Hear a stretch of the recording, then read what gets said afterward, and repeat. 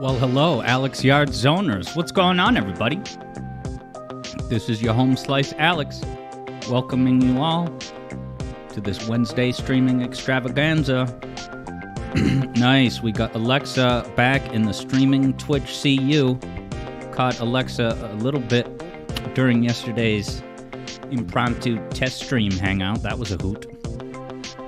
We got Koyao back in the house. And hey, no need to apologize, Koyao. It was awesome racing with you on Sonic Roboblast 2 kart the other day. Look forward to more of that.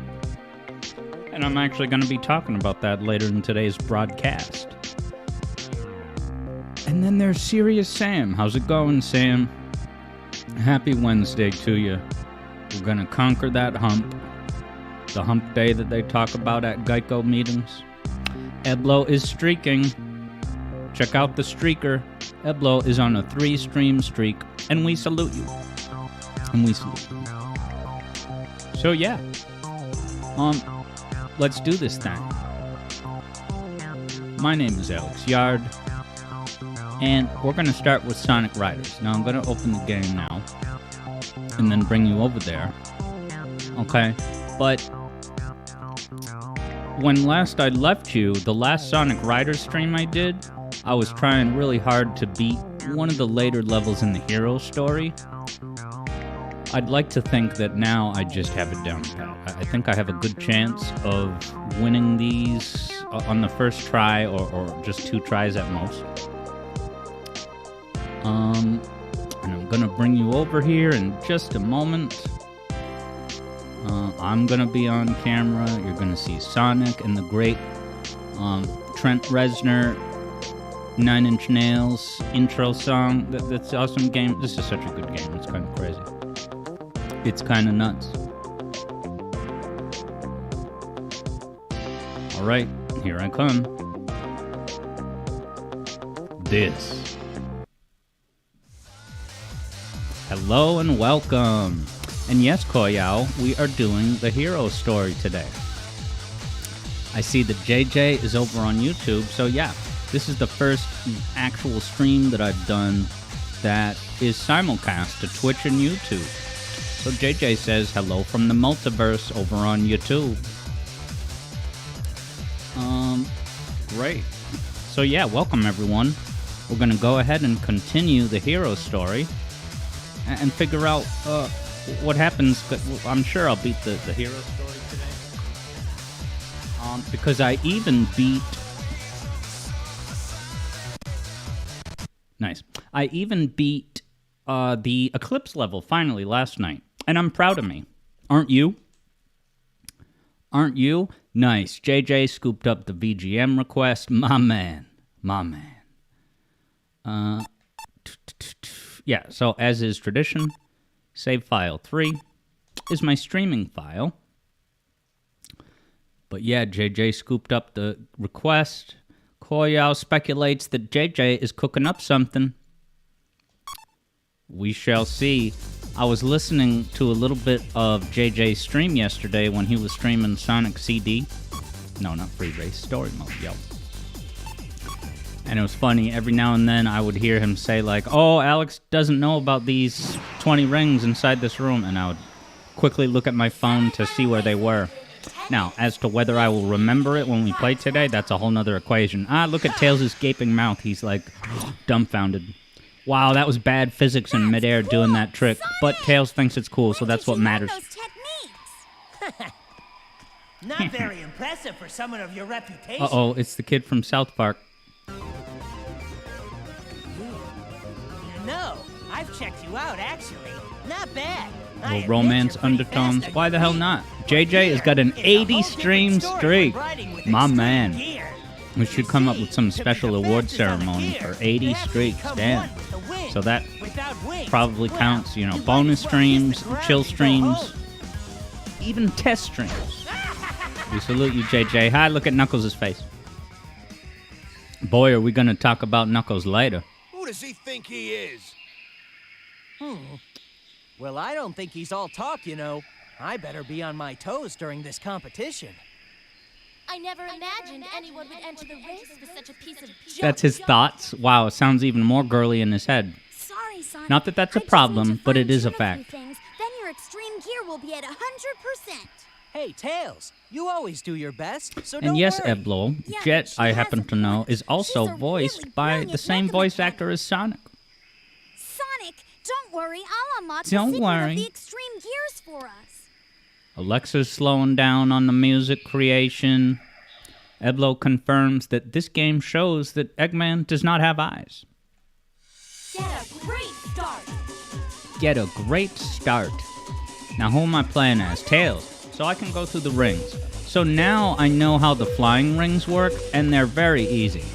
It's crazy how easy they are. You just have to go off the ramp. You don't even have to jump. It'll take care of it for you. So it's a little bit automated. And it's making me start to think that, like, the flying character is like the easy mode. Here I am running out of juice. Oh, but I'll get more juice by going in these rings. Hey, I'll take it. I'm already leveled up 40 rings. Are you proud of me, Koyao? JJ? Eblo? I'm rotating that joystick like it's 1990 Mario Party. Look at me in first place. I'm proud of me. Probably an unnecessary drift, but sue me. Cool tricks with this fox. Dude, where's the competition? Hey, why am I in second place? I didn't see anyone pass me. Koyao is indeed impressed. Where does that computer think it's going? Dude, that was a sick trick, Tails. Good job. Yeah, you hold that drift. That eats up air. I gotta get better at that. Not spamming the drift. Because if you hold a drift for a long time, yeah, it's gonna use up resources. We have to think of time as a resource. And you always want to boost right after this, because you're gonna go in the automated mated. Oh, there's barely any room to boost, so never mind. Is this a different camera angle? What the hell?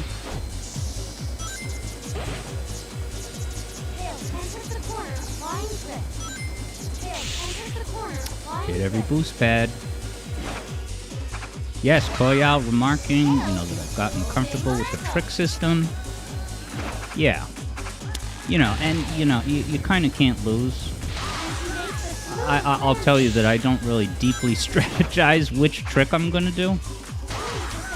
But I'm just kind of operating on the general principle that the more angles you twist in, that you're going to get a better rank. And I know that video we watched together kind of explains what you have to do to get an X rank. That's the best. But I don't exactly recall what you have to do. I've only done it a couple times. Oh yeah, Koya was saying that you wanted to tell me about the half-pipes in Metal City so bad. Now, assuming that's the first level, if that's the right level I'm thinking of.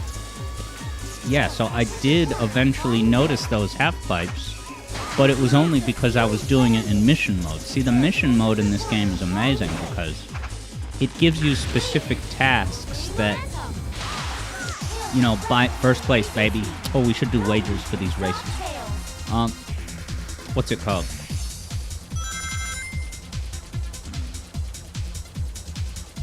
I don't know what I was just talking about. But I beat Wave, and that's what's important.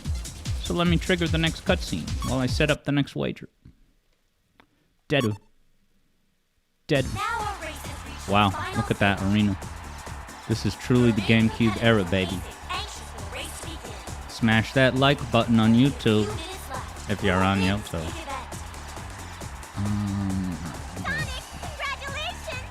I'll be over here cheering you on. He doesn't give a crap about Amy. Is Jet trying to get with Amy? Alright, it's gonna just be, will Alex win, yes or no? I think I have to get first place in order to win, so to speak. So I'm gonna execute the wager right now, and you have 2 minutes. Bet perfectly. Nice, third Bruno is joining us. How's it going? Eblo thinks Shadow would have a leg up if he used guns like other GameCube games that he's featured in. Alexa has some deets about the next music release. You're lucky you got this far. Alright, so Eblo says, yeah, here we are at the final stage. Can't believe we're already at the end of the game. Kind of a short game. Certainly nothing crazy will happen leading to more gameplay. Now, I'm going to be seeing the cutscene after this race for the first time, because when I've been playing off stream, I skip cutscenes so I can kind of experience them with you.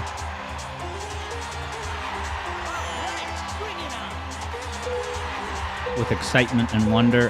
Tails is just standing still, not even bothering to back up.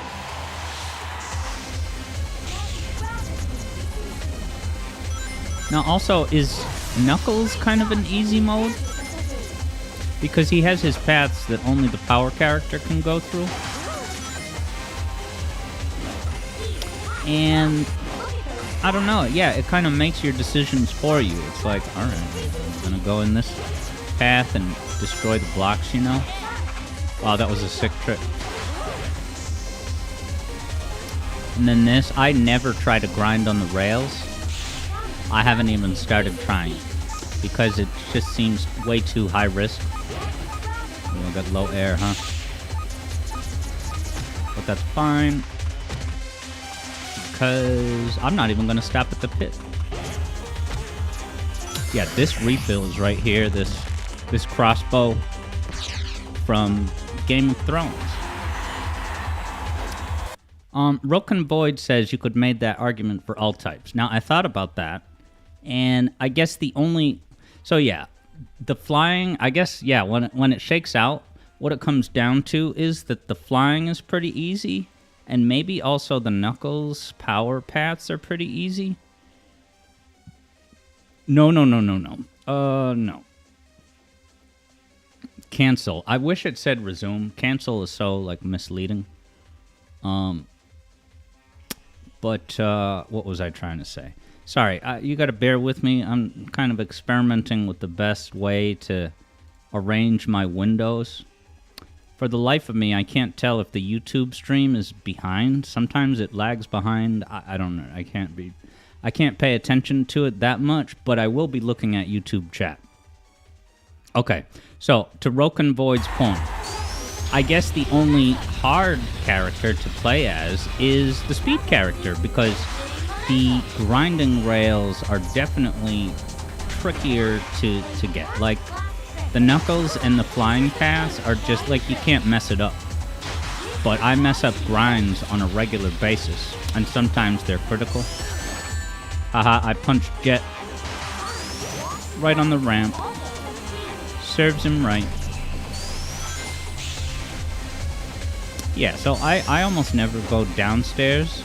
I guess the downstairs is a penalty.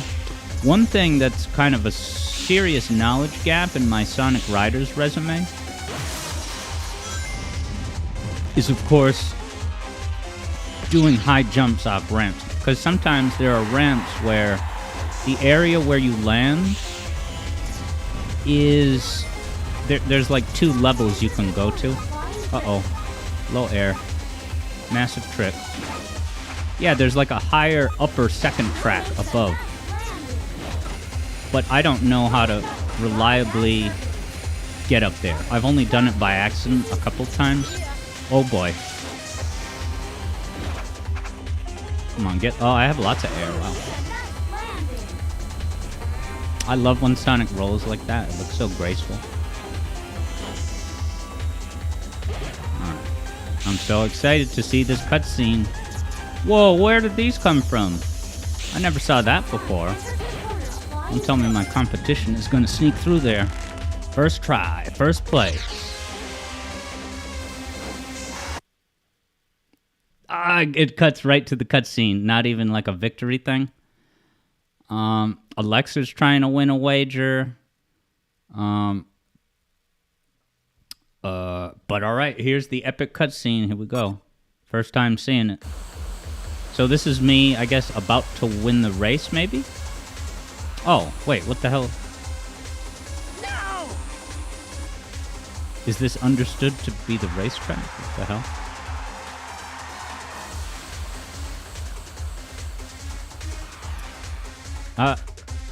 What's knockoff Blaze up to? Was that a landmine from Afghanistan? I shouldn't joke about Afghanistan. I didn't know there were going to be landmines. Hey, he's got that evil smile. Son of a monkey wrench. Yeah, Eblo says, Jet 1, pay out the wager. That's amazing. The dirt suits you so well. So well. Beautiful confetti graphics. They're all solid colors with no shading.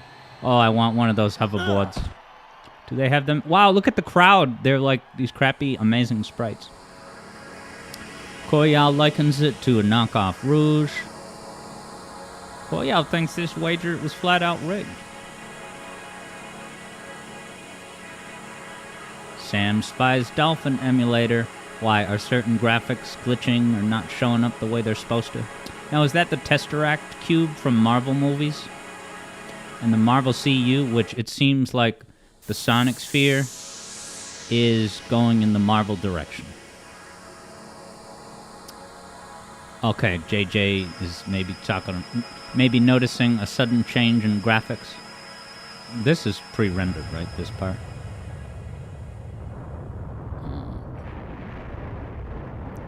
Broken Void says it depends on 2 different things. Which 2 different things? Let me pay out the wager, because I did win the race, even if story-wise I didn't.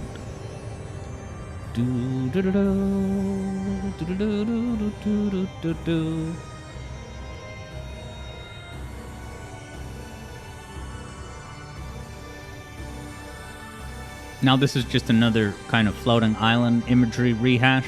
I can support that. JJ says, lies, deception. Jet 1, 2024. Take it to the bank. Now I'll get the treasure of Babylon. Whoa. She looked too happy while saying, oh no. Dude, Amy going after the Egg-O-Matic. Wow. Tails, Knuckles, we gotta get Eggman. Eblo says Jet won the race, and by a lot. That landmine was like 2 feet from the end. This is so like Sonic Heroes imagery evoking. I love it. I found you.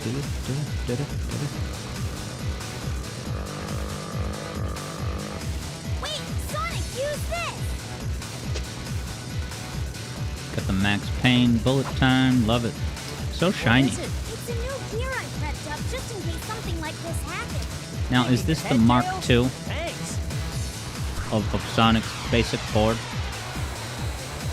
Because these boards and a similar mechanism I see in like Racing Transform. I think these boards are kind of cluing you in on what is the best board to use, in my opinion. Get out of my way. and I can analyze the stats of that. Does anyone here have a thought as to whether the second board is like better or worse, or how do you make sense of it? Do you think of it as a throwaway, or do you think of that as the true most powerful boards for your everyday needs? All right, so bring it on. So let me start the next wager. I'm playing to win, and you have 2 minutes starting right now.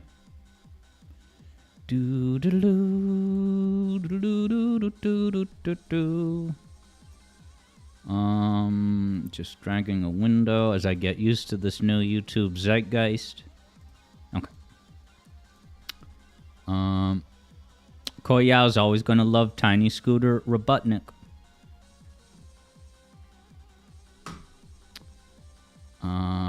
Here we go.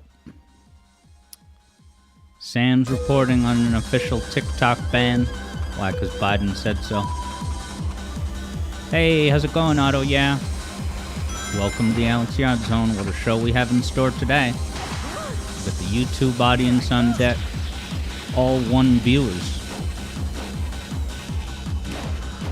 Oh god, what am I doing? That counts.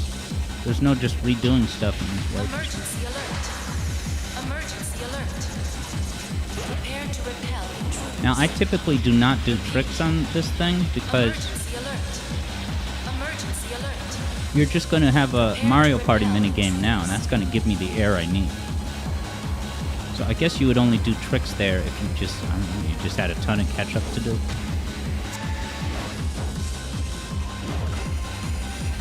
No, I am going to grind here. Cool, so Otto, yeah, was looking at an older VOD of the day that we looked at that Nights into Dreams video. And yeah, your take on that is that certain things it didn't explain all that well, could have been more detailed and stuff. Yeah, and it was, it wasn't a strongly held conviction or anything. I just was like, alright, we watched this perfect Sonic Riders video. Damn it, I always mess that up. What am I, in 4th place? I gotta shape up, yo.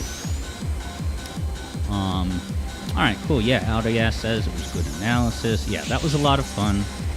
And today's Sonic CD Masterpiece analysis should be very interesting. Now Koyao is saying that these egg pawns kind of have a how do you do fellow kids energy.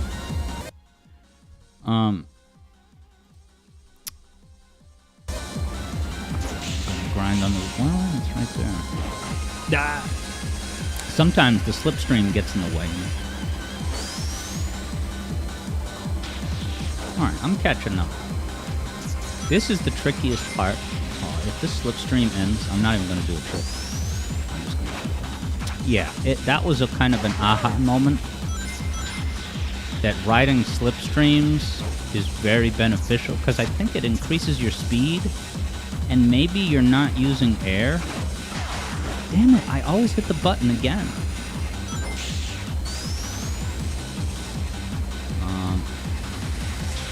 Nice, yeah. Otto is saying that my feedback on that Nights into Dreams video was useful for, you know, the kind of content you're looking to make. Yeah, that's I'm really glad to hear that. And if you thought that was useful, then yeah, the commentary tracks that I do for the music theory videos, yeah, it has observations like that in droves. Oh god. What lap is it? 3. Damn it, I knew that was gonna happen. And why did I just accept it? And here it comes. So this one turn is like, that was the reason why it took me a while to beat this level, so I'm actually not surprised with that happened. But alright, Autoyaz taken off. See you later. Yeah, Koyao says the turbulence ruled you. And so it's like, the turbulence on that specific turn, it's very tricky. If the turbulence is going all the way around the turn, then it's incredible because it does all the turning for you. But if it ends mid-turn, then you're kind of out of luck because you really don't have any practical way of stopping. Slowing down to turn. You can't turn fast enough. At least with this character, I guess. So in cases like that, I think what I try to do is just avoid the slipstream.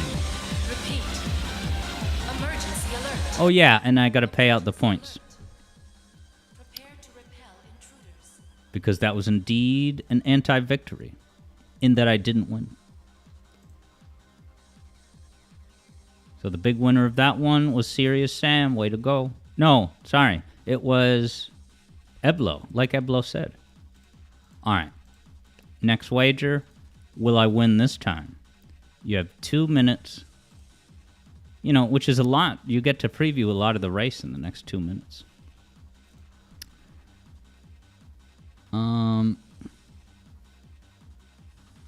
Interesting. Oh, gosh. I appreciate you saying that, Sam. I think I know what's going on. Yeah, it's if you go to the stream, sorry, if you go to my YouTube page, then no, it says I'm live, so I'm gonna go with that. If there's an additional thing that says, "Oh, this stream is scheduled for," I'll just leave that. I'm not too concerned. Yeah, I had a little bit of troubleshooting when I was setting up the thing because, you know, the test that I did yesterday actually wasn't like a comprehensive test. What the hell? I gotta. Wow, that was weird. That's a. Oh, this fell apart.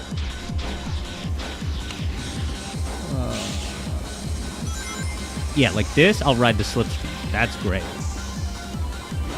Dude, I got a wave of temperature increase pulsing throughout my body. It's fall off the edge embarrassment, to be sure. A little bit of air. Refill here. Alright, finally. Did it on the first try. Yeah, and if Alexa got 2 notifications, yes, that's because it would be boring to explain, other than to say the first stream attempt was unsuccessful because it still had that live from Restream kind of default title. Yeah, Koya was saying that, you know, what you see here today on display in this race is an awful lot like what happens to Koya during Roboblast 2 kart. I'm gonna take this sick turn. Cut to, I didn't. In the Ron Howard Arrested Development voice. Yeah, so that went well. What place am I in? Alright, I'm in 3rd. That's at least something, man. Boost like a bad Larry. What the hell just... See, that move, that doesn't happen a lot. Getting flattened like that. That's so rare, I've found.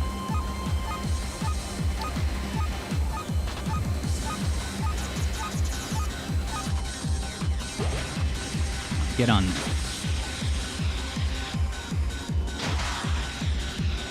Am I actually right behind this jerk? But there's not much race left. I'm gonna rotate this stick so damn fast. Look how fast my air is going up. Should I go in the grind rail? I don't know. Goes.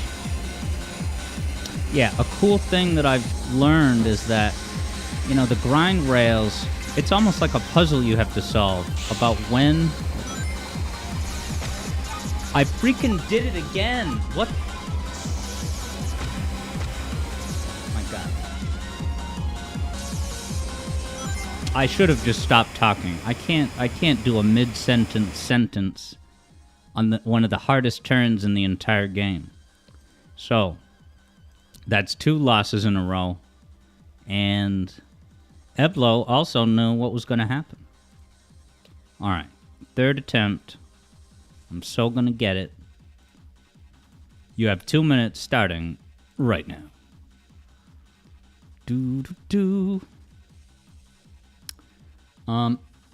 Yeah, JJ says, this is you on Roboblast 2 kart, falling off a turn over and over.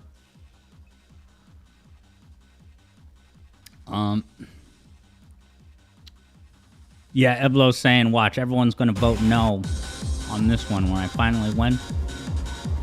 Alexa's 2 for 3 so far today.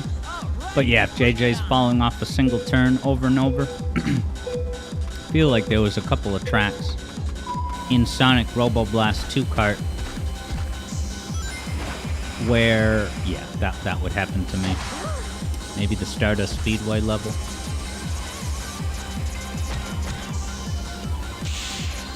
I should probably always take that first grind rail. Emergency alert. Emergency alert. Prepare to repel intruders. Repeat. Emergency Okay, alert. Koyao says that the green egg ponds are speed Prepare carrots. to repel intruders. This looks so cinematic. They probably just reused the engine that they used to make Shadow the Hedgehog. Yeah, it's crazy how some of the later tracks in the Evil story, or I should say Babylon story. Now watch, I'm going to take this wide. I'm going to take the turn wide, it's going to go a lot better. See? I find that hugging the left side, they put those rings for a reason, to kind of tell you that, yeah, approaching it from the wide left is viable.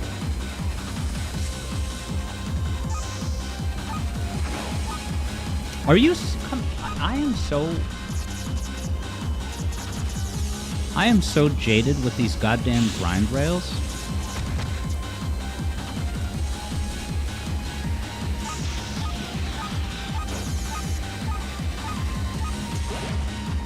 Sonic's running.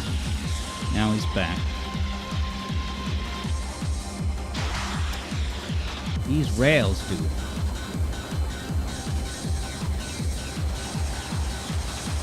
Mario Party best.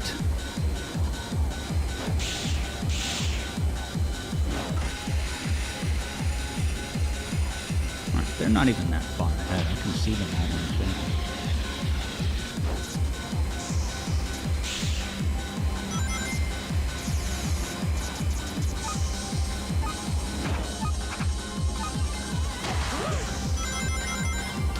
Slipstream.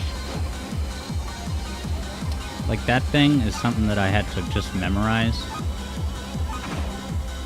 I'm really disillusioned with this. I don't know what it wants me to do in order to pull it off successfully. Wow, I'm gonna run on this entire loop-de-loop. That's great. Like a traditional Sonic game. Look at me running like an amateur.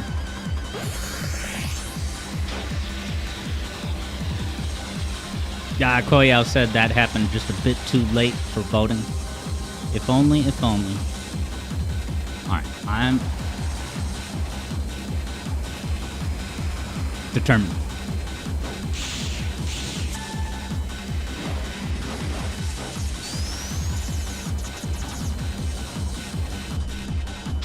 Any second now, the big red text saying, Alex Yard failed. You died. You know, Dark Soul. Alright, attempt 4. Let's make it happen, Alex Yard. You got 2 minutes to bet starting at this moment. Alright, so JJ's got the taunt. Now, I'm gonna do... I want to save the new taunt for CD. I can't... I just gotta go with the flow. So, here is the other taunt for today. This. Oh my god, I don't even remember this. God damn it! Oh, it just sends you back. Okay, cool. Oh, really, really awful. Really just spoiling it. Oh my god. I had to hit the other button. Am I almost at the boss, man? Oh, I can get a lot of these rings back because it's combi. Do rings. Come on, come on, come on. Alright, I got 114 back. Enough with these blow darts, man. What is this? Ace Ventura? It's like the game is out to get me. I'm filing one of those motions about these blow darts. Hey! I'm pissed. Good night, everybody. Yeah, JJ called that. Yeah, the thought was that we would have viewers at Alex Yard Adventure, so I wanted to play a traditional existing one before getting to the new one, but I won't editorialize any further for reasons you can probably imagine. Prepare to repel intruders. Repeat. Emergency alert. But I deserve to beat time. Emergency alert. Let's be honest. Prepare to repel intruders. Alright, I am laser focused. I'm going to be very mindful of tricky turns.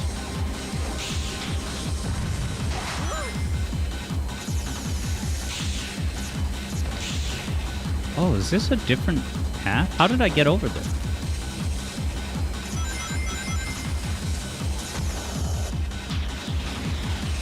That caught me up, didn't it?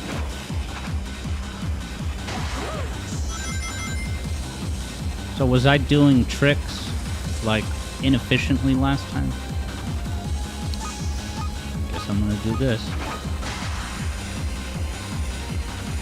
I guess the key is to just have a lot of speed. Do rings. Yeah, Alexa's saying that one is almost as iconic as you keep.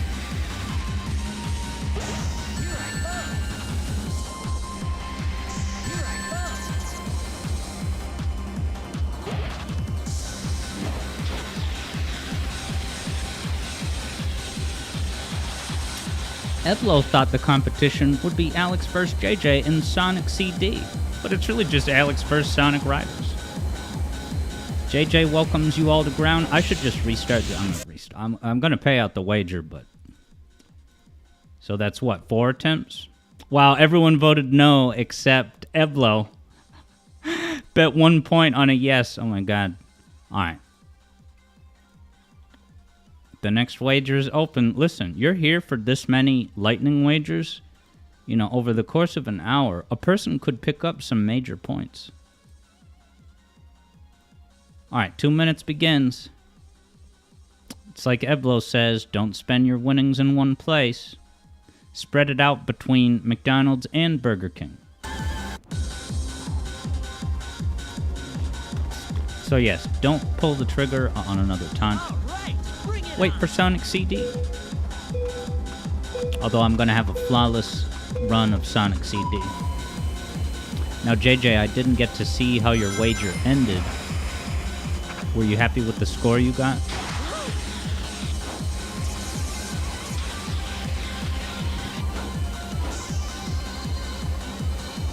I like that you can go through the flying path with no consequence. Emergency alert. Emergency alert. Alright, first place. All I really need to do is maintain, right? And I'm golden. Emergency alert. Alright, JJ scooped up a new personal best of 272,000 points. Very cool. But yes, special stages will be involved in today's stream. They're a popular feature. And also, I personally, I love including special stages.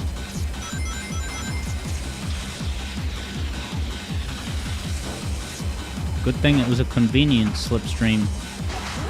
Yeah, I think Sonic CD in particular is especially incredible.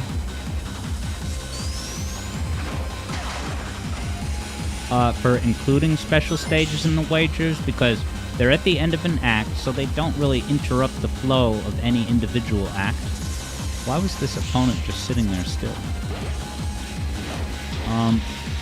And, you know, they're relatively quick. It's not like you're having to track down 140 blue spheres on 3D hell.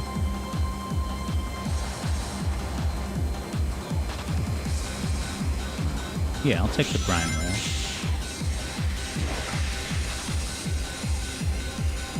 Here they come. Alright, I'm doing this turn alone. No issues. I could still win, but I'm pissed.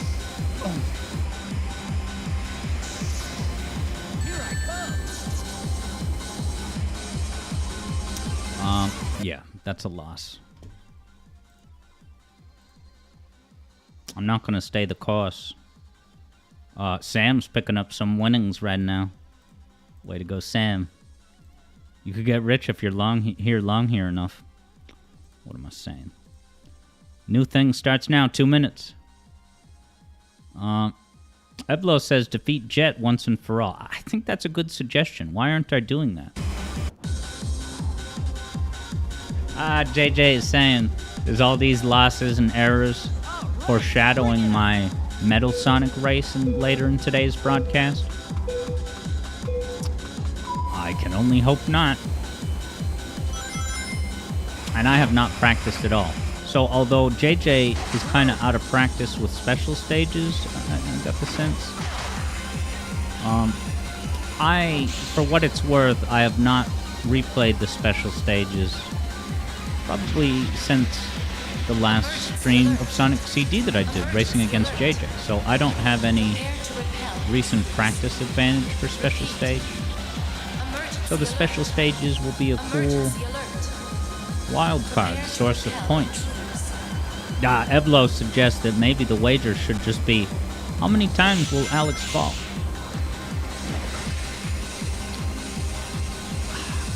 And I've wondered whether... Punch this jerk. Don't want to get in the slipstream. Unless... I'd like to think that I was looking at it and being like, okay, it's not going to end. It's going to go all the way around the turn. Dude, that sound when you level up is so amazing, the way the music changes. Alright, so I think I've settled into a useful strategy for those half-pipes, which is, if I boost into them and jump, I'm probably going to be all set. That was close to the edge, says Koya. Oh, rotation. Go faster and recover more air. I have a decent lead. Look at where Sonic's icon is. Oh my god.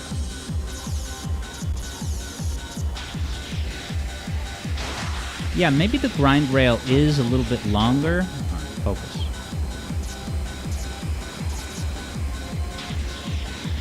Yeah, so that I could tell that the slipstream was going to go all the way. So Jet always gets upstairs, and I have to wonder how much of an advantage that is, if at all. Alright, boost, jump. Alright, this is mine to win. It's just a matter of will I win it. Shouldn't I have boosted going into that loop-de-loop? I don't know.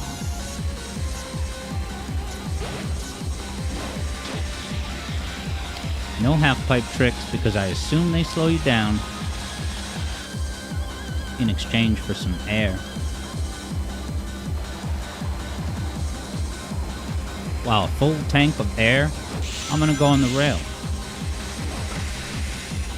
Just for, I don't know, I just don't feel like grinding, but it's probably slower because look, I was behind for a moment. All right, focus.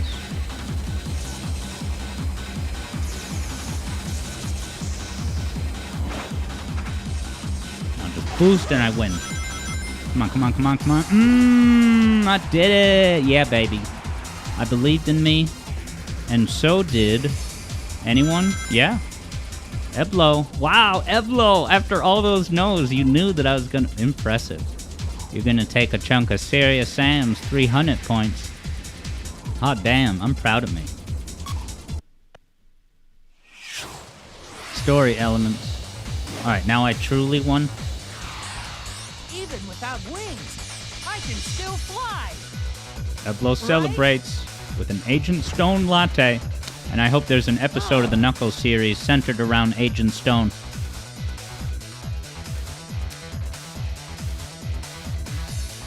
Where are you, Eggman? Oh, okay, that was the one time you voted Koya. Alright, sorry, mix that up. He just pulls Amy out of the hedgerow. Poor Amy, look, she's in ragdoll mode. But her eyes did... No, I shouldn't joke. Now! Alexa's 3 for 6. You're batting 500. Can you catch the wind? They're gonna ride that up. What? Where are you? I'm here!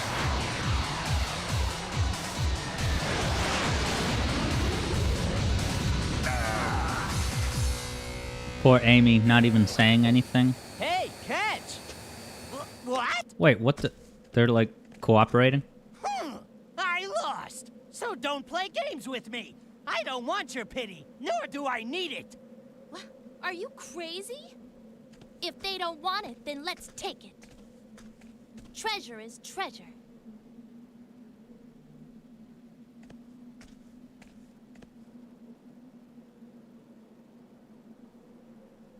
I think it's time to leave now. Tails? Yeah. Sonic! Oh, JJ was right. She Amy? falling from the sky? Oh, she's fine. How could you dive into Eggman knowing I was there?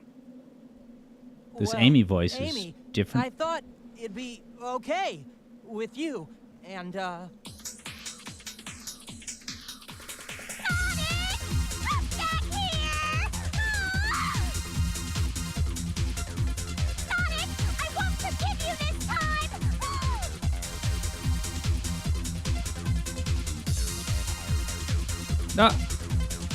Back to their old antics. Camera zooms out, in come the Disney credits. Arabian Nights, like Arabian sand. Who's the first name to come up? Yuji Naka? Yep. Not gonna watch the whole credits, but not sure who that is. Not sure. Oh, Yuji Uekawa. That seems like a major name, from what I remember. Alright. I press the button, and it slowly fades out. Extreme Gear. Mission mode.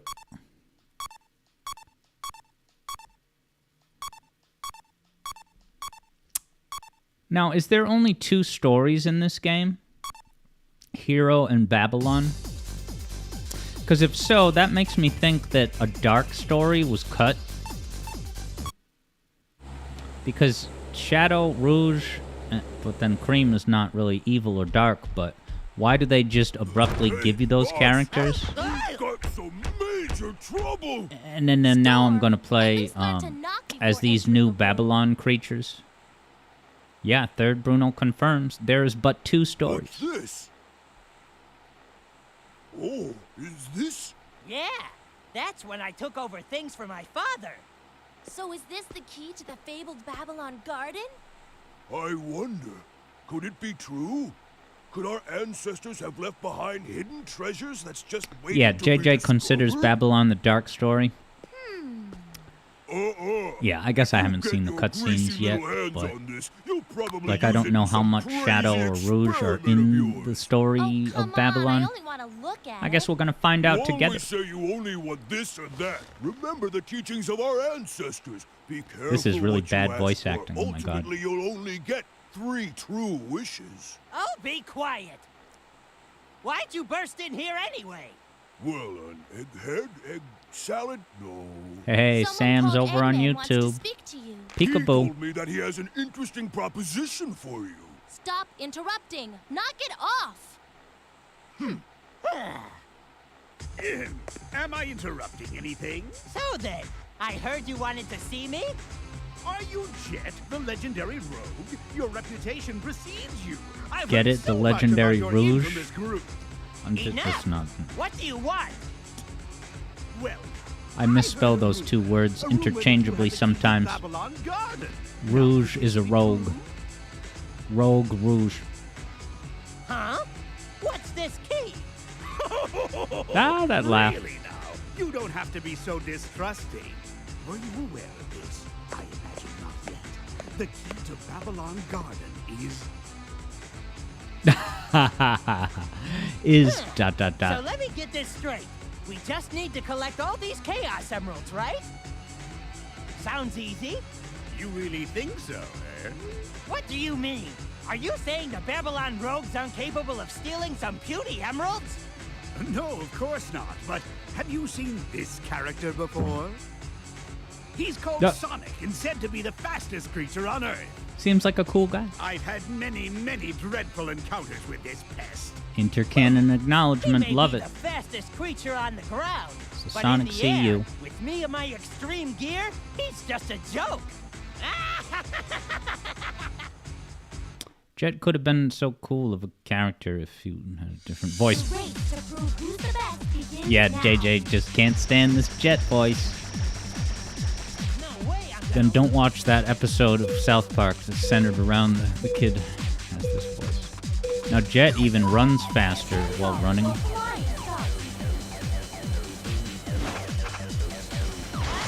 Ooh, the dreaded C rank. Already low on air. Now, do you recover air when you're in a slipstream? Oh yeah, I gotta start the wager.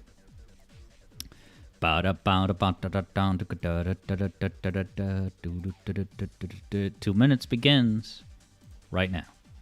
Okay, so now that I'm on the Babylon story mode playthrough, I'm playing these levels that this is almost like what they do in Sonic Adventure 2, where they reuse assets and even the course, but the course is changed in, substantial ways. But then there are turns like this that you can just recognize it as the same track. And of course it has a different visual look because it's nighttime. So yeah, when people say that, oh, this game has 11 tracks, 13 tracks, it comes with a catch. Uh-oh, is this the Knuckles route?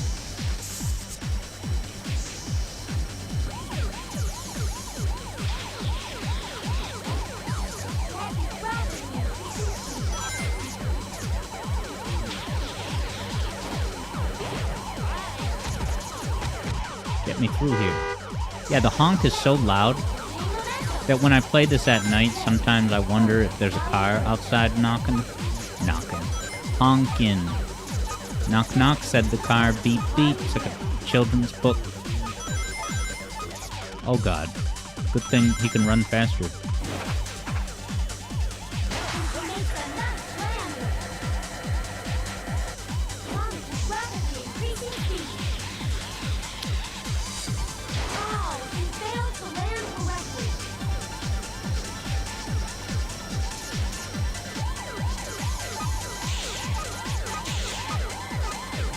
Ah, did you see all those cars fly away?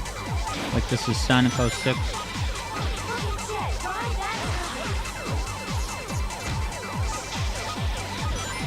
Uh-oh, right into a car? Okay, cool. See you later, Sonic.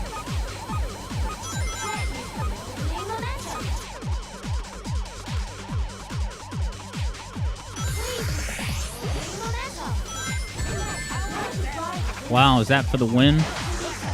Punching him on the ramp. Comeback story. What? I should have won that. I should have won that. I had him.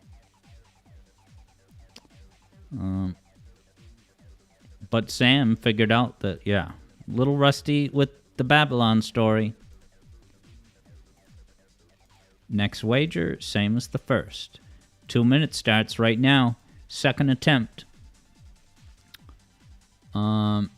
JJ says, thank you for the GG, third Bruno. I tried. JJ says, if you're level 2 or above, when you dash and make contact with a racer, you'll damage them. Okay, I guess I thought that was even on level 1, but yeah, I'm surprised that just, I thought it was Sonic both times that I attacked, and how did he still manage to win? He probably went up into the upper level. That's got to make a big difference. I gotta attend an expert webinar on how to get up there. I wonder if it's covered in the advanced section of that video we watched by PSP Man. I love how the traffic is coming in and you have to, look at the current arrangement of cars, without leaning on muscle memory, the hedgehog.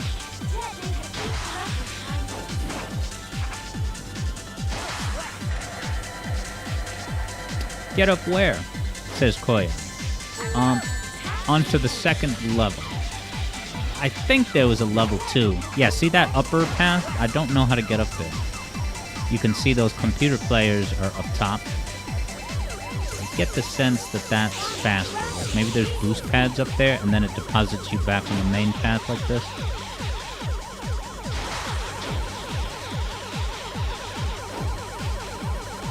Why are there so many sirens? Okay. You can't be serious. Is this another path? Oh, I've never been over there.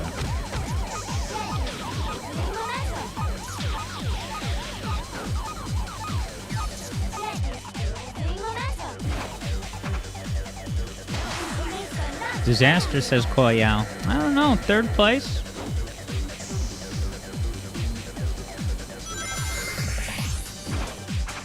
Wow, that trick was nuts. I didn't think I was going to finish it.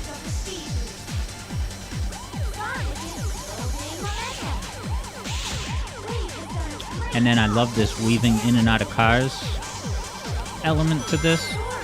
They have mini games like that in Start Transformed Sonic Racing. Oh, come on.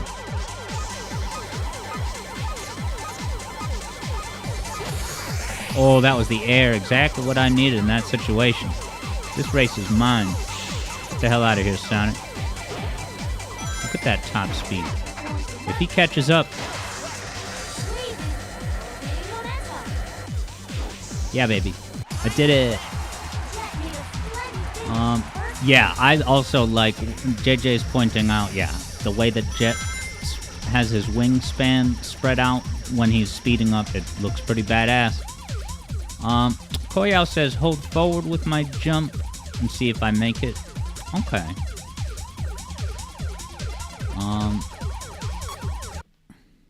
The big winner of that wager was, of course, JJ. He only bet 4 points, but he's going to get a 52x return on the investment. That's how it works. All right, yeah, so we should be able to see a cutscene and do one more race. Okay, it just floats, and that's good enough for me. Huh? Sorry, but it's just too funny. Let's see. Huh? That gear's unusual. Customized it myself. All right, Alexa has climbed above a 50% success rate. Way to go. Still, you can never be too careful.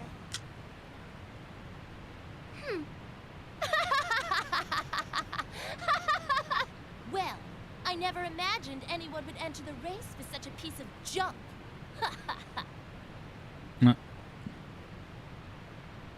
Thanks, though. It was good for a laugh. See ya, Shorty. Oh, that girl! Who does she think she is? Ah. Defeat Amy. This feels so wrong. It's Amy. All right. 2 minutes is going to start at the end of this very sentence. Go.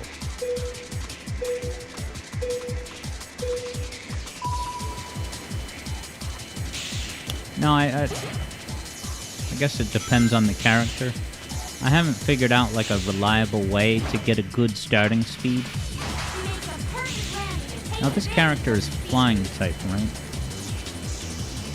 With Pseudo Rouge Blaze.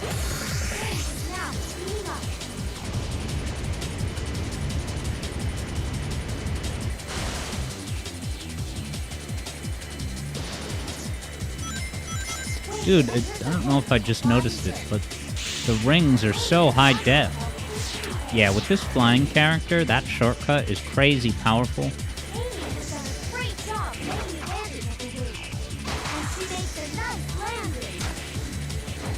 And I finally have the muscle memory. For that part, you want to turn left or right to go down, you know, the whitewater rafting section. Because if you go straight through the middle, it'll launch you up into the air for like an hour. And I'm only playing Sonic Riders for an hour today. That was close. Yeah, I wish I could play with the running skate shoes, but you can't in story mode because it just gives you a character and gear. All right, Wave is flying. Koyao confirms. Maybe that's what the third Bruno was saying. Yeah, that shortcut. Not too difficult. Okay.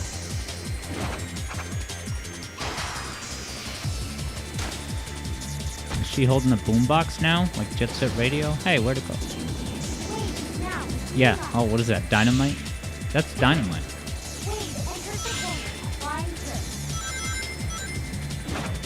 I have so many rings.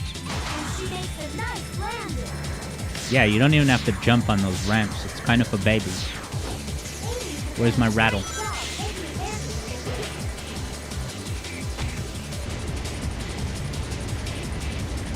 Swallow the wave, says JJ.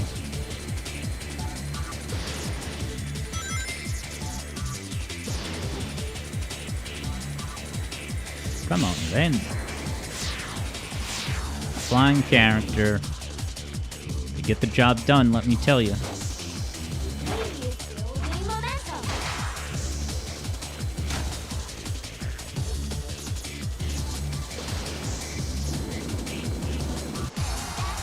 That was easy.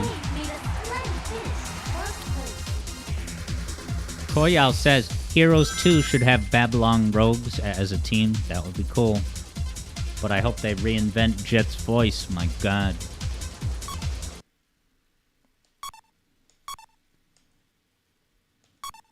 Alright, team. Let's watch this cutscene and then we'll get set up. Sorry! What? Boss, the red dude beat me in the race. I can't believe it. Man, you really are worthless. Alright, yeah, third Bruno says the Boss, Babylon it wasn't my Rogues fault. form a 3-type team He must the have way the cheated. Heroes teams do, He yeah. must have used some special type of gear. What? Are you implying that you lost because of my gear? No one can tune a gear the way I can. Tune a gear. Accept it, buddy. It's not the board. Your skills just suck. Alright, it's okay to say sup. What? Suck? Wow. Yes, S-U-C-K, suck. Suck. Stop Dude, it! they're not shying away. That is a riot. Now, let's get down to business. I believe our colleague Eggman, he's gotta be hiding something. Wow, And look at you that know, round shadow. I don't Is that an like emulation secrets, thing? So I've got a job for you, Storm. Sure. I want you to sneak into Eggman's base and find out what he's hiding there. Make sure you look carefully. You got it, boss. Hey, before you go, bring something back or don't return at all. Yes, sir. Ah! I just noticed waves like Elvis pants. It's pretty great. Ah! Leave Eggman Robo behind you. What the hell? Alexa got 6 out of 9 predictions right. That's a solid showing at the race course today, Alexa. All right. Do I have a wager to pay out? Yes. JJ wins. Picking up some of Sam's points, among others. All right. You know what time it is. I'm going to go ahead and set up for the competition of a generation. So I'll be back soon. Glad to hear Alexa picked up some substantial points today. Way to be. All right. Let's start the tunes again. So yeah, kick back. Gonna get set up. And we'll be on Little Planet before you know it. Be back soon. Glad that Koyao made out good for the coin bag on these wagers today.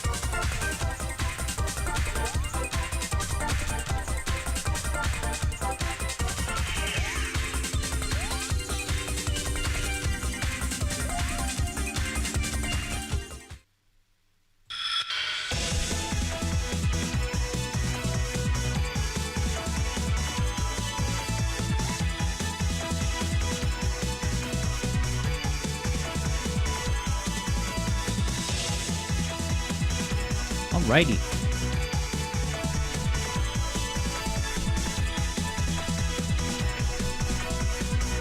So,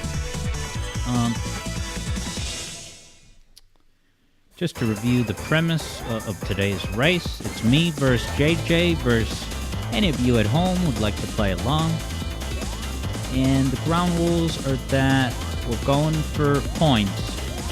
And also, this includes special stages, but I want to be very specific and clear about this.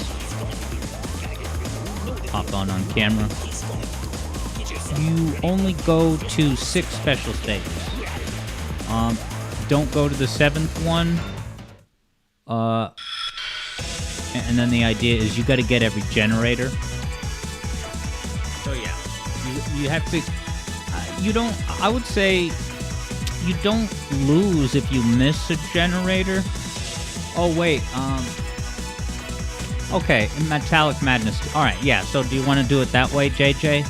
You get the 7th special stage at Metallic Madness 2. Give me a thumbs up, yes, if that sounds good, and we'll do that. So, yeah, you get 6 special stages, and then, all right, thumbs up, thank you. So then, yeah, that sounds perfect. It all comes down to the final special stage, in some ways. But all right, unless JJ needs to set up, I think we're good to go. Let's do it. So JJ's feed is at the upper right-hand corner of your screen. And get to my window. All right. Just gotta erase a file. Nope, that's not how erasing works. Uh-oh, we're hearing Bravia's music too soon. Do, do, do, do, do, do, do.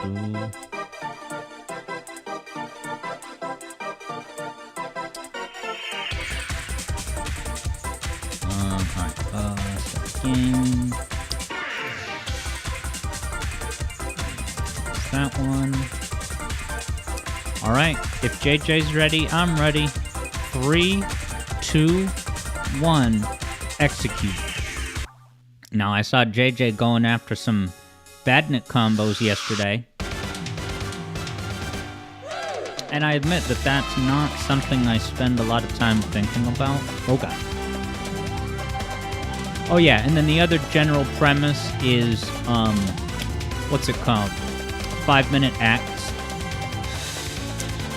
But yeah, Subsonic's in the house saying, I'm in for it now, Alex. You think I'm stacked up against some pretty good competition? He had a robust practice run yesterday. But also, he has done nothing to prepare. He kind of forgot about the special stage component.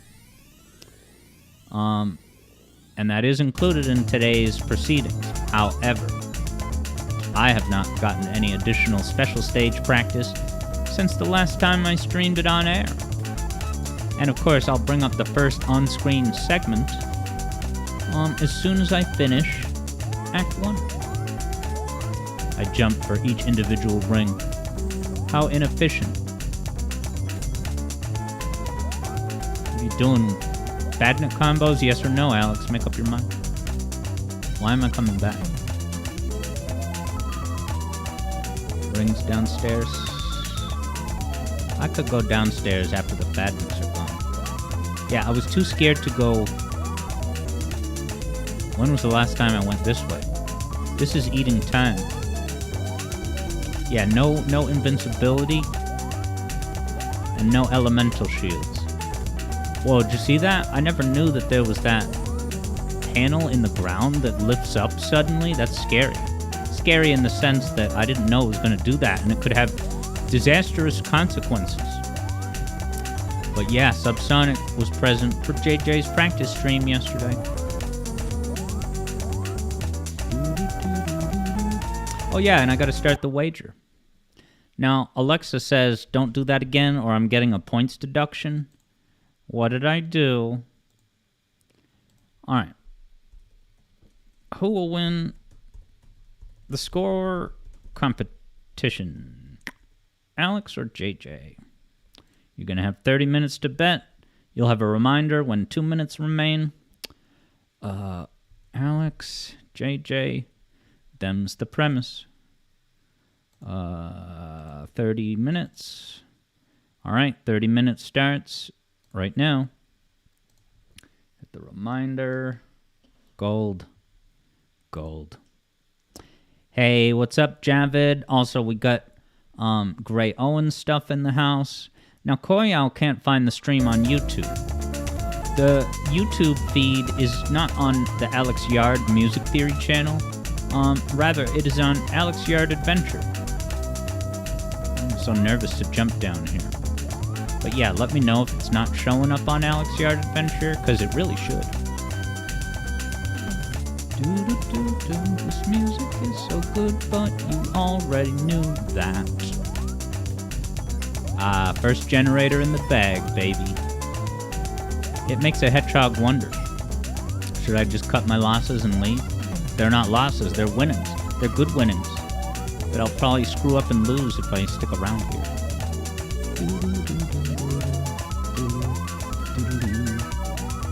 JJ knows where some hidden rings are, though.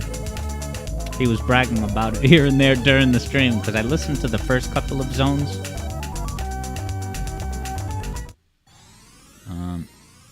Nice. Koyao's gonna sub to the... Okay, now... Yeah, Subsonic's talking about the punishments for death. I think for these competitions, we got rid of that. Subsonic says things got hairy yesterday. I don't know. I really try not to over-engineer these things, but it's worth talking about, I suppose.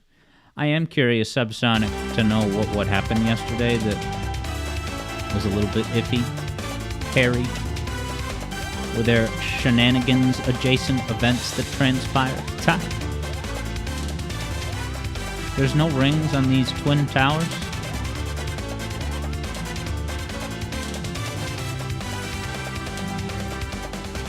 There's a little bit of goodies down here. Oh! Oh, it wants you to peel out.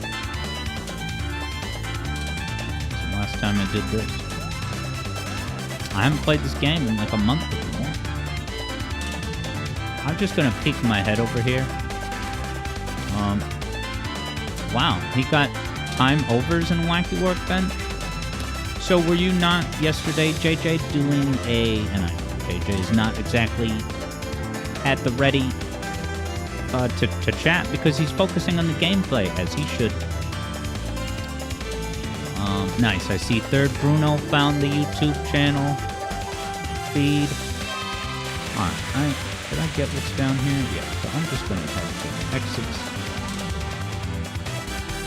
Although I never went to the good future, but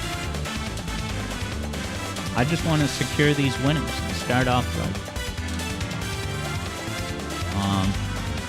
Oh, interesting. Subsonic says that he got trapped in the bad... It's crazy how that can happen. And it can be that difficult to get back. Oh, am I amped for this special stage, baby? And I gotta remember not to go to the 7th one until Metallic Madness Act 2. I wonder, what...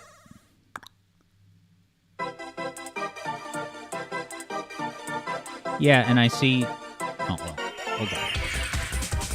Yeah, I'll look at what Third Bruno said in a second. Because, yeah, I'm not sure what the notification zeitgeist is for these Alex Yard Adventure Channel live stream connectivity. Today is the first day that we've done it, and I'm not clear on why. Not bad. 72 seconds late. Left. You're subscribed to me. Third Bruno is subscribed to me on YouTube, but this wasn't on the front page. By the front page, do you mean you would expect to see my live stream show up on the front page while it's active? Yeah, does the, YouTube sub box tend to favor live stream? Like if a channel that you I don't know, watch a lot or engage with his streaming, it'll kind of prioritize that. But as is tradition, we're at the next act. So here's today's first bit. Well, I think we're just 2 days away from the Knuckles series. And, you guys know my issues with the Sonic CU. And of course, 2 days before it comes out, now the truth comes out. The Knuckles series has a bit of a problem. And that problem is that it doesn't have much Knuckles. That's the word going around. And hey, what's up, Rabid Clone?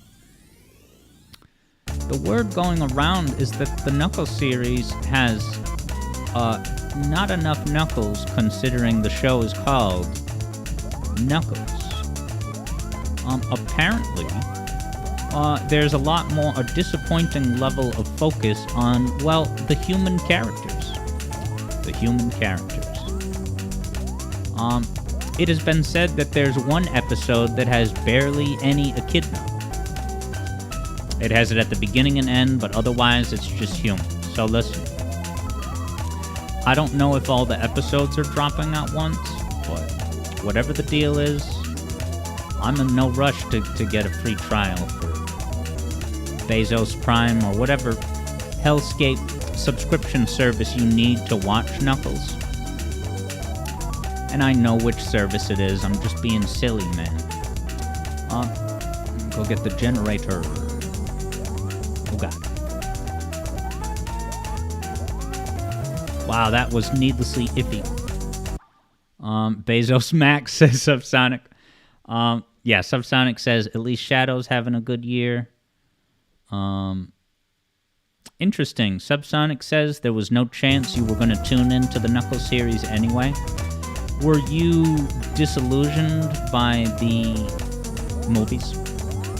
The 2 movies that we've gotten? Do I want to go? Well, if you do not choose, you have made a choice. And that was my choice. Rabid Clone admonishes me for my foolish sentiment to think that a show called Knuckles would have Knuckles content in it. I guess I need to work on my media literacy, huh? I'm going right to the good future, although there's some safe rings around here. And this better not be famous last words, man. Is there dangerous spikes down there? Right.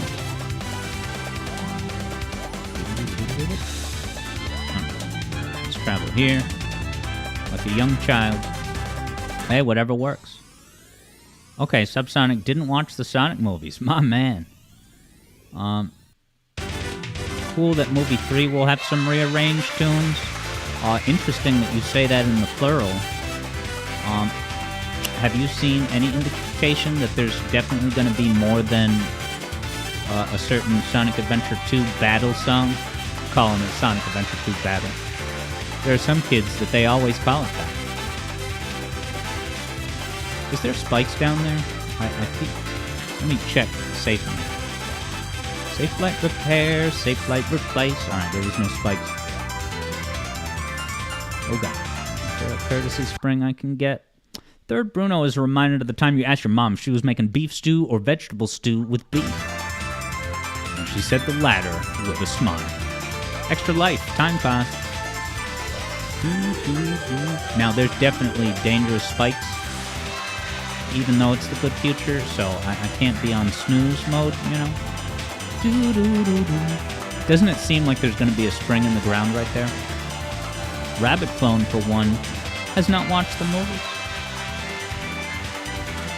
Feels like it was just yesterday you were being terrified by Sonic's visage and listening to Gangsta's Paradise. I forgot about that. Did Coolio die? Or am I misremembering that?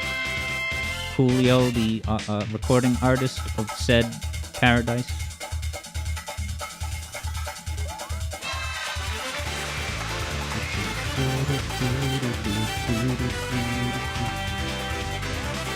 I think there's rings in this tube. Yup, that's awesome. So far, so good.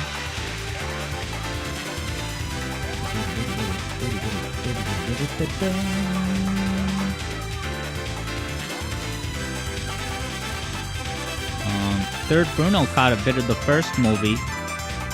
Did you see Keanu Reeves in the first movie? Because he is in the first movie. Now, has the Keanu Reeves as Knuckles... Keanu Reeves as Shadow, has that been officially... I know it's been reported by some major websites, but I don't think they've made an official, like Paramount, do an official press release. How do I get on top of this thing? Now, the other thing, before I get rid of Knuckles off the screen, how do I... It's my first time playing Sonic CD. What? Where am I going? Yeah, so that Knuckles that you see on the screen, that is the alleged star of the Knuckles series. Is there 10 rings I can get?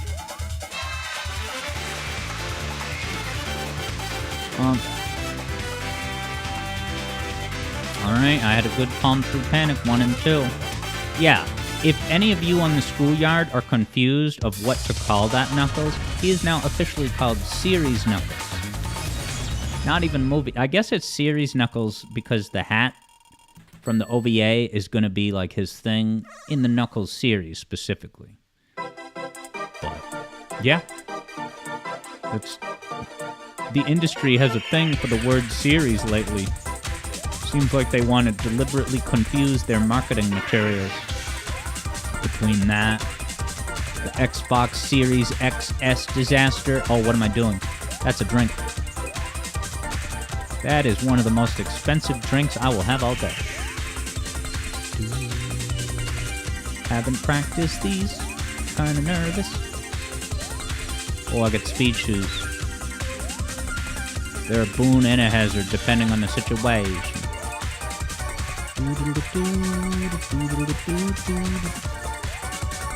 I looked to the bottom of the screen to look at the mini-map to see where the UFOs were. And then I realized that's not a feature in this game, ever. Not even in Sonic CD Battle. Yes, I beat the special stage. Sockman wonders, in this world, is Sonic living on a flat Earth? Oh yeah, because of the visuals of this.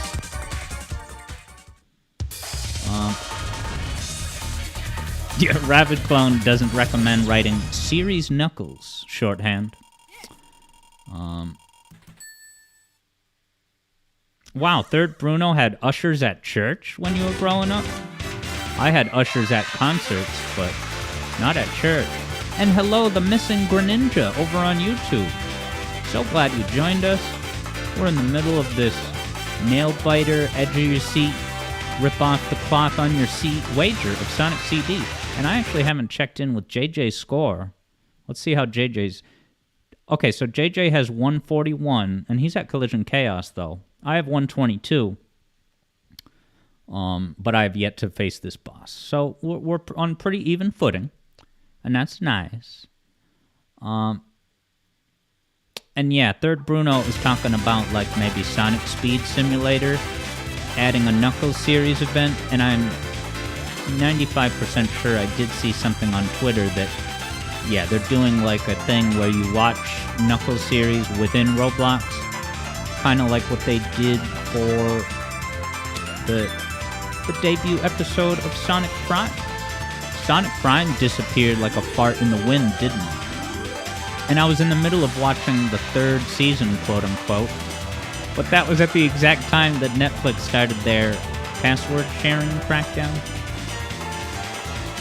So after all that, after all the promotions I gave Sonic Prime, talking it up with Bravia and the rest of you, they took it away. Now I have no idea how it ends. I assume Season 3 has like a series ending of sorts.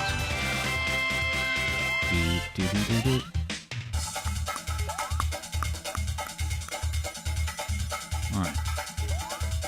98 rings. And then I think I heard JJ say during his stream yesterday, he's like, oh, when Alex does this boss, he focuses on time.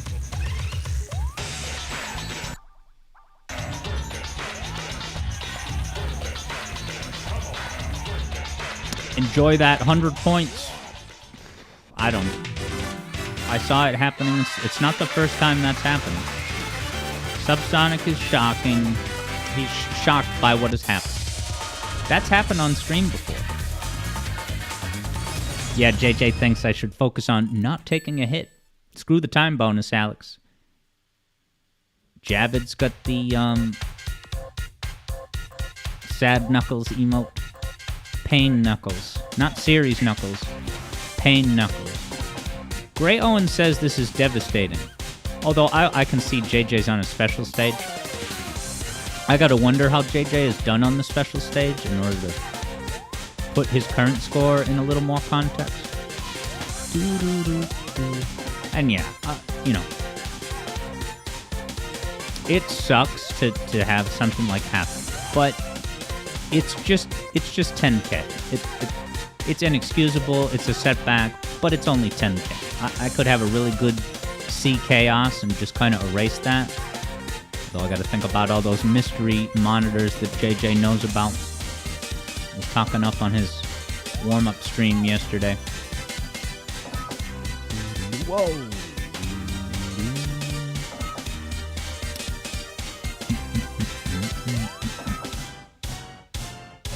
Do I like to come down here? No. I'll get that later. I'm not messed up by the future sign. Gonna take you back to the AVGN. JJ's spitting facts. And hello, Snowball. Yeah, Snowball has the right idea. After I get my Alex Yard triplet, like I was never gone. The comeback, as Snowball says, is better than the setback. And hello, Snowball. Welcome to the Alex Yard Streaming Cinematic Universe. We are simulcasting today on Twitch and YouTube. And I'm glad to see Snowball join us over on YouTube.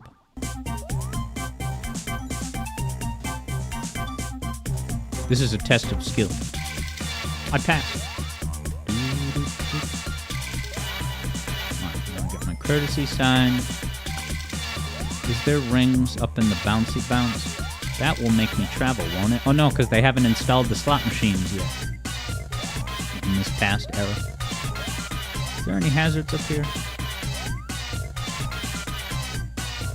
I stay rolled in a ball and should be fine.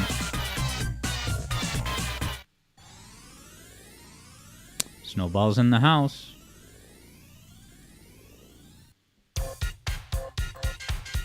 Okay. Now I'm gonna go get that future sign that I left. Oh no. No. That would be disastrous. Not disastrous, but pretty bad.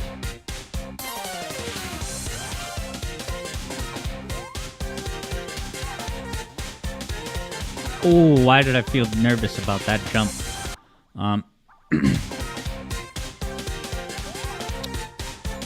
Where did that butterfly go? Blue. So yeah, are all the enemies in this game bugs? Alright. Let's get to that good future. Alexa has cast a vote for JJ to win. I see what you did there, Alexa. Oh god. Sonic's working through the culture shock of this new zeitgeist. Uh-oh, pass sign.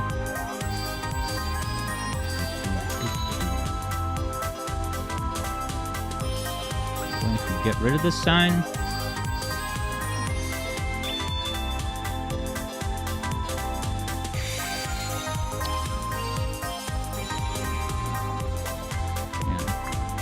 Tend to have this problem. Unactualized potential. But at this point, I'd rather just secure the points because Collision Chaos, yeah, I do make some errors here at times. Oh god. Like, that's not even... I'm by error, I'm losing my rings.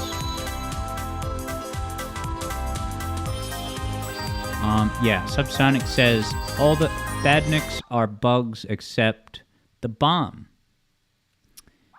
Okay, and then Subsonic says he's not a true badnik, and is that because, those enemies will stay no matter what? you know, regardless of whether you got the generator or any aspect like that.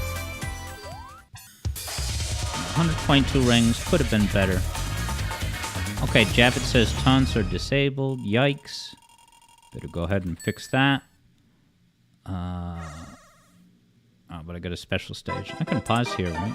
Let me do the special stage. But thank you for letting me know. Maybe it's because there was only one unit.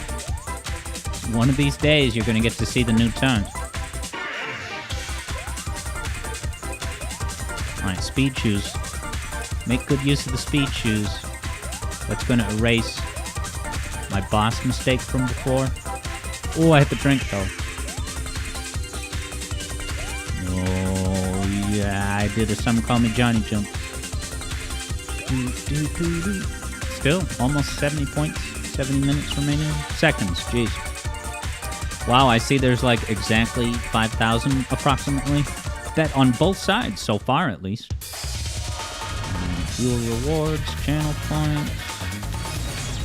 Make sure there's enough units.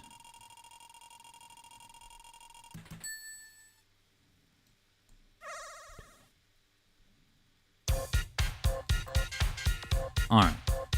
The store mart should be updated, but maybe it's not. Let me see what JJ has, though. JJ is at... Oh, he's at a special stage at the moment. It's about time for our next bit, huh? This. Now, there's nothing really substantive to share, but it's just the fact that Sonic Stadium has reported some reports that people are whispering around that there's already a Sonic Frontiers 2 in development. Now, oh, Javid, you're gonna pull that now? Did I make a mistake? You wanna maybe cash in on that, Javid, later when I do make a mistake? Oh, and then, yeah, for Collision Chaos 3, I think JJ and I had talked about not getting a time bonus. I think we established that last time, didn't we? I see JJ's paused. Maybe he's going to chime in. The last boss. Yeah, let's do that later. Definitely, it's got to be on the heels of an error. Oh, okay. Oh, 1 minute?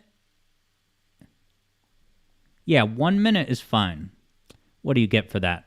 Like 10,000? Yeah, I'm inclined to say that 1 minute is fine, but don't even aspire to get under 30. That's kind of my. Are you okay with that, JJ?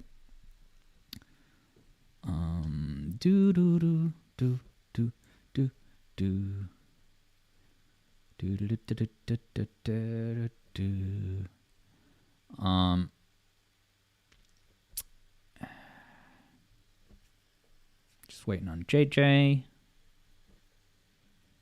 Unless he has any additional thoughts. Well, I can keep playing in the meantime.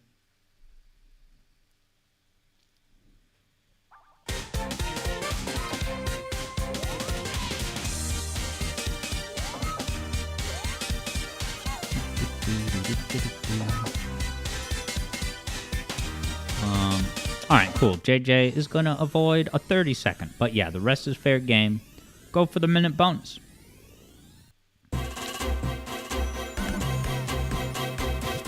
So yeah, someone made that mock-up of Sonic Frontiers 2. Now, what is my initial gut reaction to the prospect, the realistic possibility that Sonic Frontiers 2 has been greenlit? And it... Uh-oh. Oh, this is a time cost. What do I think? I'm not really having a reaction to it of any real interest or excitement.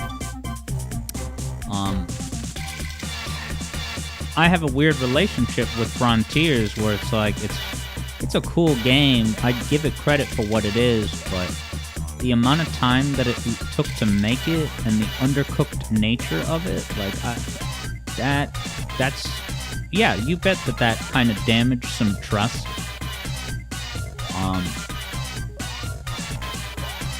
And I'm not going to sit around hyping myself up for the next 5 years at Sonic Frontiers 2, only to have that be an undercooked creepy crawly. I got the generator, right? So where the heck am I going? This is the gumball machine. Where do I usually travel? I'm out of practice with this here game. Can you tell?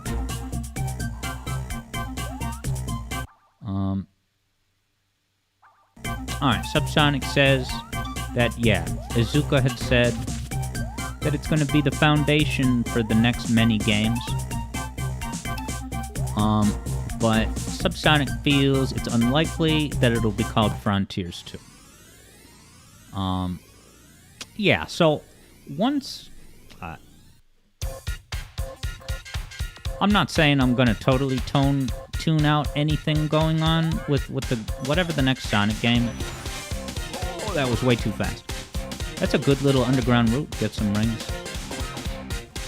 Why don't I go there more often? But yeah, one thing I was thinking about is that I don't even know if I would up and pay $60 for a new Sonic game. We'll see what the zeitgeist is at that point, but between Superstars and Frontiers, yeah, it's no longer an automatic purchase. I gotta get to the good future. This jerk is looming. What is he? Just hit him? Where do I usually travel here? I don't think there's a lot of hazards in this area. This is just the spring yard. Get it? But, I don't know. Now I'm getting nervous. I kind of just want to leave the level with the rings secured, you know?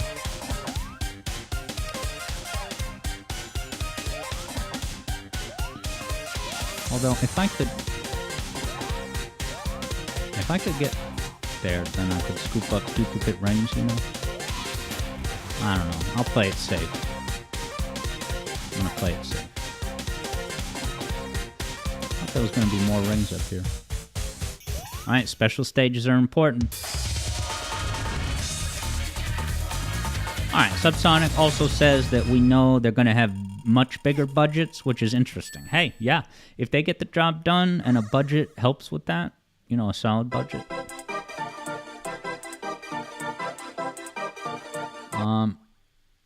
Yeah, Rabid Clone wouldn't mind Frontiers if the level design wasn't so prefab asset looking.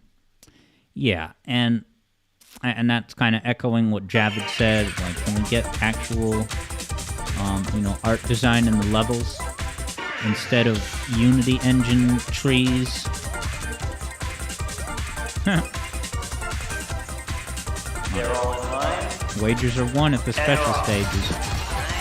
Oh, that didn't have the ring. Oh, don't quit fight. Don't quit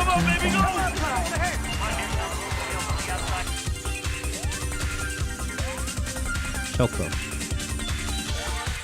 Dude, that went well. Another 70 seconds left, approximately.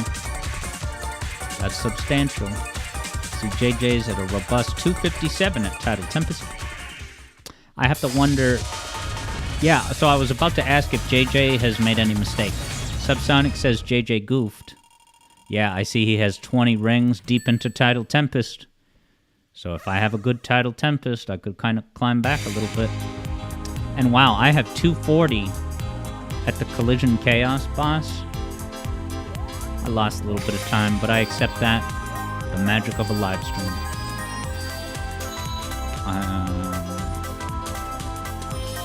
I would hope to get sub-minute, though. You know, it's like you go for the rings, you go for the minute.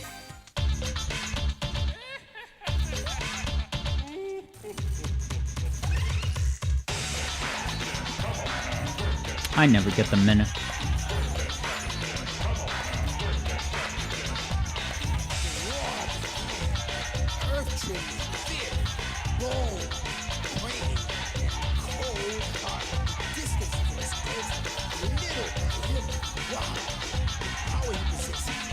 Can I get up there?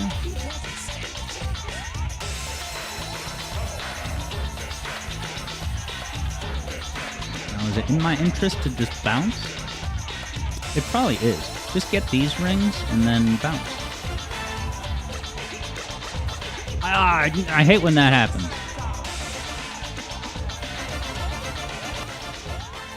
Go, go, go, go. Launch, base. I missed the capsule.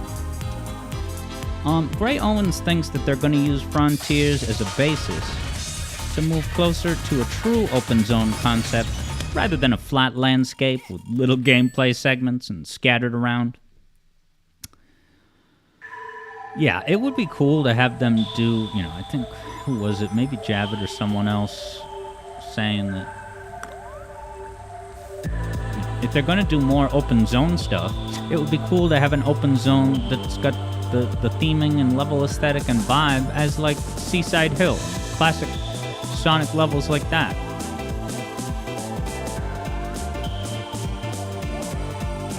Now, we did the music theory video commentary for Title Tempest last week.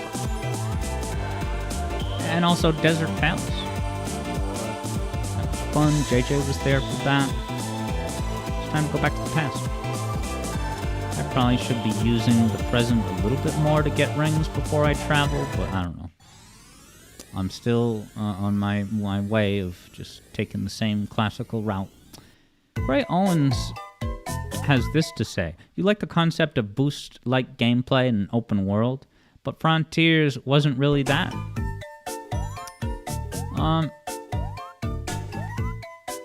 I mean, yeah, the boost in Frontiers is so generous.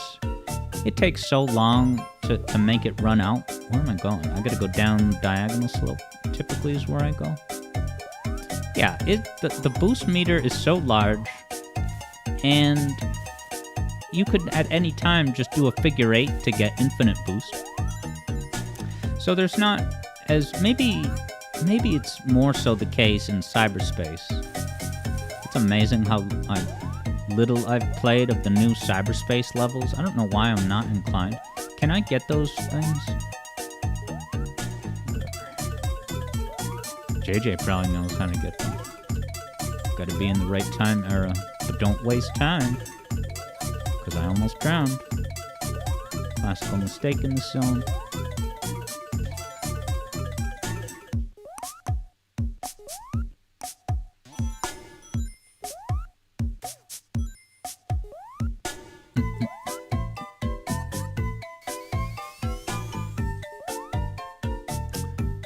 Alright, Alexa's taken off. Have yourself a good one. Although you didn't bet that I would win, I'm still gonna try to win. Peace be with you. Have a good one, Alexa. Thanks for hanging out. Oh, God. Watch out for the Metal Gear Solid drone sentries, yo.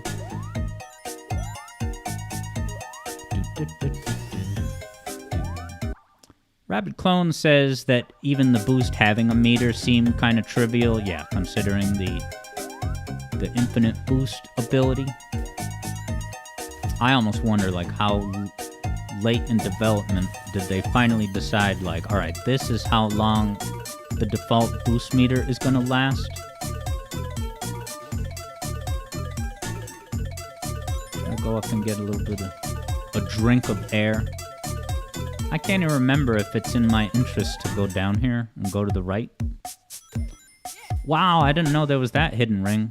Don't tell JJ. Is there hidden rings up here? Yeah. There better be bubbles to the lower right. Sweet.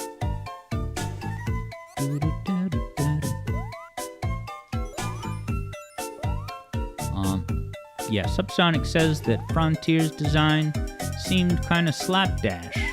That Splash Dash's spin-off channel. Especially with all the sliders and moves added later. So that they add more gimmicky, non-essential moves later in development. This'll be fun.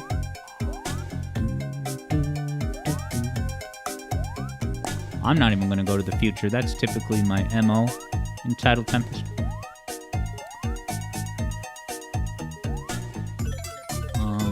Alright, I kind of want to just get out of here with these 150 rings. So that's what I'm going to do. Oh yeah, and then Subsonic points out that the spin dash totally changes the game. Yeah, and I haven't messed around with that all that much. Wow, JJ says that he's letting me catch up. No, Subsonic says, wow, are me and JJ are on the exact same special stage at the same time. But yeah, apparently Subsonic says that JJ's letting me catch up with an unfortunate performance on this chemical plant adjacent special stage.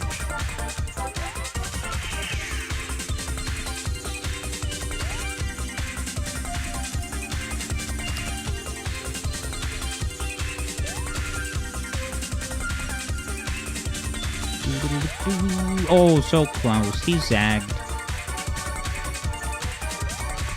Oh.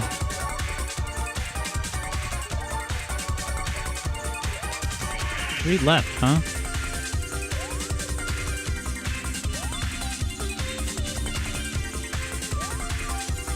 Drink. Was it worth it? Probably not.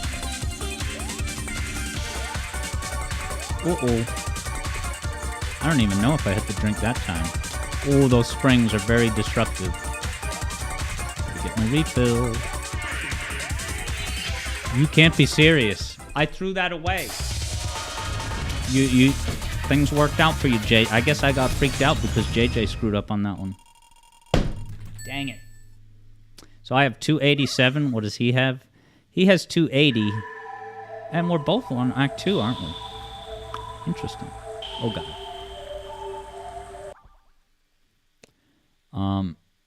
Insane. How could this happen, says Gray Owens. I know, right? The only thing I can do to console myself is present the next on-screen segment.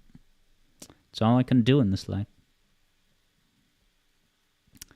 I'll let you guys decide when it's new taunt-worthy.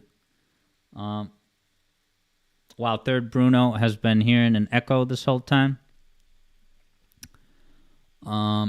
Oh, right, Javid. Oh, right, because Javid pulled the trigger before. Yeah, so let's do the new taunt. I'll wait until JJ can hear me. I'm sure JJ wants to see the new taunt. So when I see JJ pause the game. All right. So here's the new taunt. From my heart to yours. I can't be just throwing away these special stages. There are wagers to be won. Oh my God, I don't even remember this. Oh, it just sends you back. Okay, cool. Now, a woman who'll kiss on a very first date is usually a hussy. And a woman who'll kiss on a second time out is anything but fussy. But a woman who'll wait till a third time around, head in the clouds, feet on the ground. She's the girl he's glad he's found. She's his shaboopy. And I died? You can't be serious. Shaboopy, shaboopy, shaboopy. The girl who's hard to get. Walk her once just to raise the curtain. Walk around twice and you make for certain. Once more in a flower garden, she will never get sore if you beg her pardon. Maybe I should just try Charming Detective.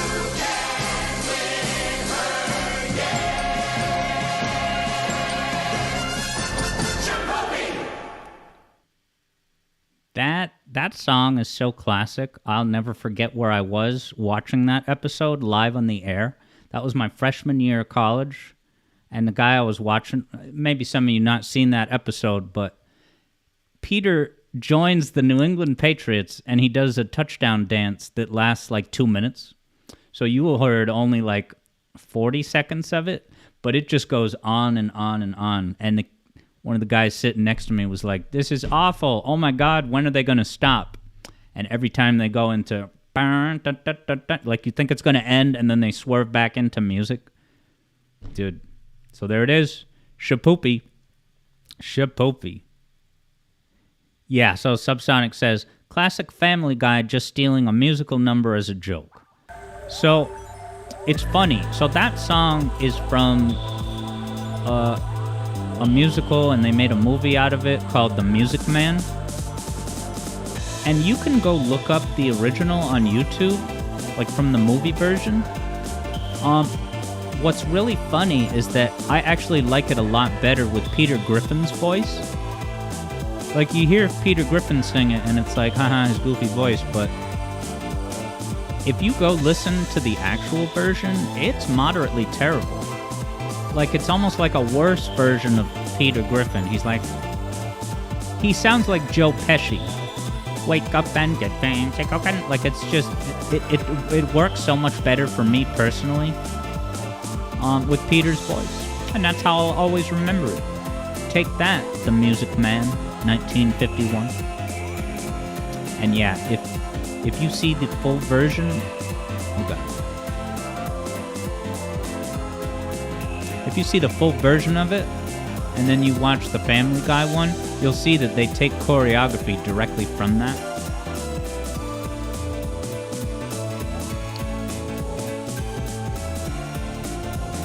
Fall into it.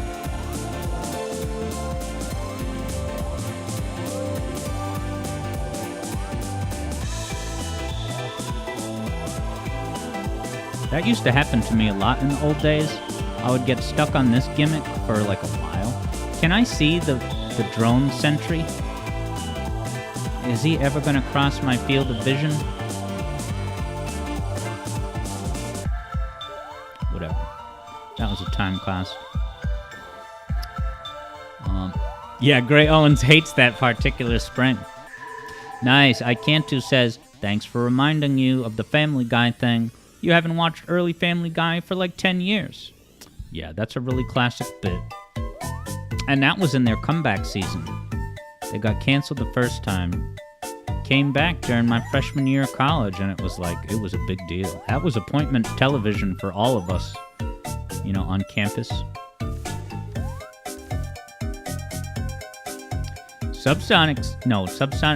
Rowboat's in the house. Taking a little lurk peek at today's proceedings.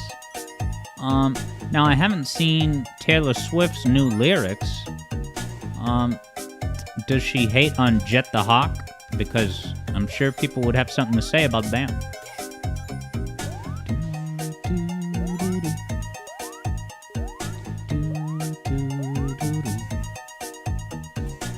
A Metal Gear Solid drone is trying to fly at me.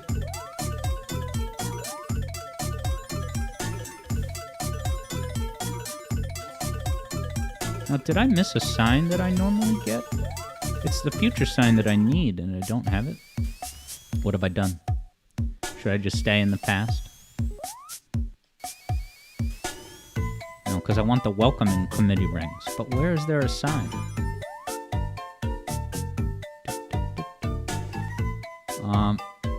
Wow, Subsonic coincidentally just recently watched your Family Guy DVDs. Uh-oh, Badniks? Oh, I went downstairs too soon. What am I doing? I gotta go get the generator. Hello. Oh my god. I'm curious. Subsonic says JJ's employing some interesting strats. Sam reports that there's a Family Guy game on PS3. I gotta wonder if there's any PS5 exclusive Family Guy games. Is there an open world Family Guy game? Alright, there's my future sign. Is there a crusher here? Oh no, this is how I can get back up. Sweet.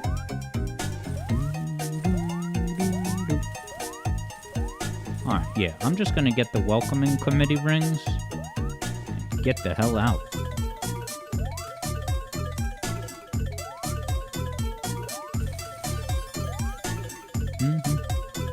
Where do I have to stand? Here? Oh, it doesn't matter where I stand, because I got the Jenny.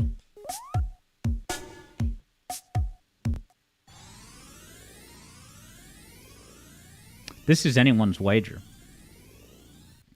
Either of us could win this. I'm curious what JJ's spur strats are in order to compensate for a botched special stage. But I botched the chemical plant. Alright, this is the last special stage until the end. I will do special stage 7 at Metallic Madness 2. Now, Subsonic says, R.I.P., it's over.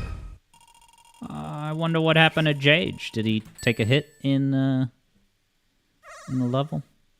Wow, breaking news. Serious Sam's username is now blue.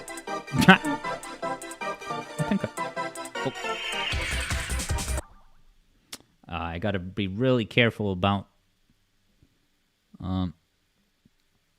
All right, JJ had to give up with the generator. Yeah, I'm going to say that missing a generator, that's not like you instantly lose the competition.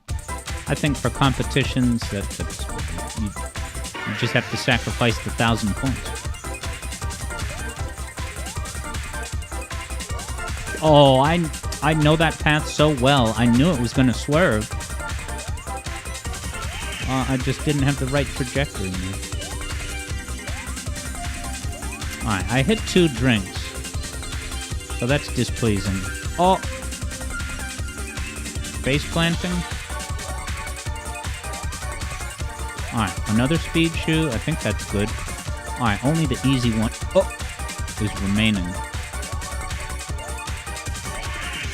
Damn it. Gotta come back at it.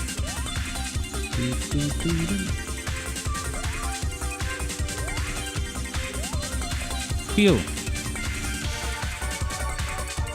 See, JJ's still chasing him down.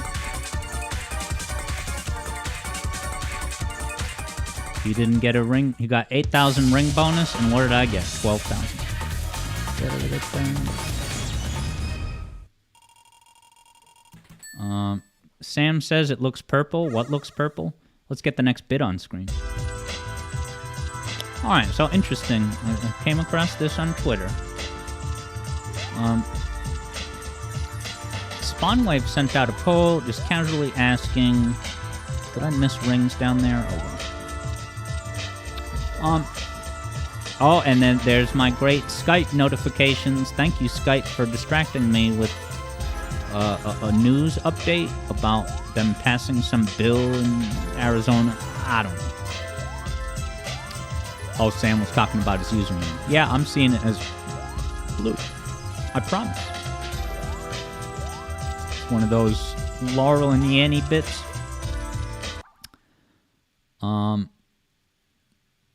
Yeah, Subsonic is telling JJ about the hidden monitor at the beginning of TT3. That's the one. Because there's a shield under the floor right at the beginning, right? Is there also a 10-ring monitor, maybe?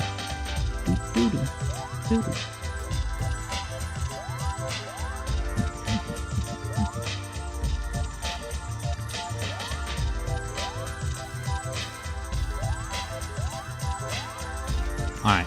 I mess up on this boss sometimes. And I'm pretty sure that I did last time I had a competition against JJ.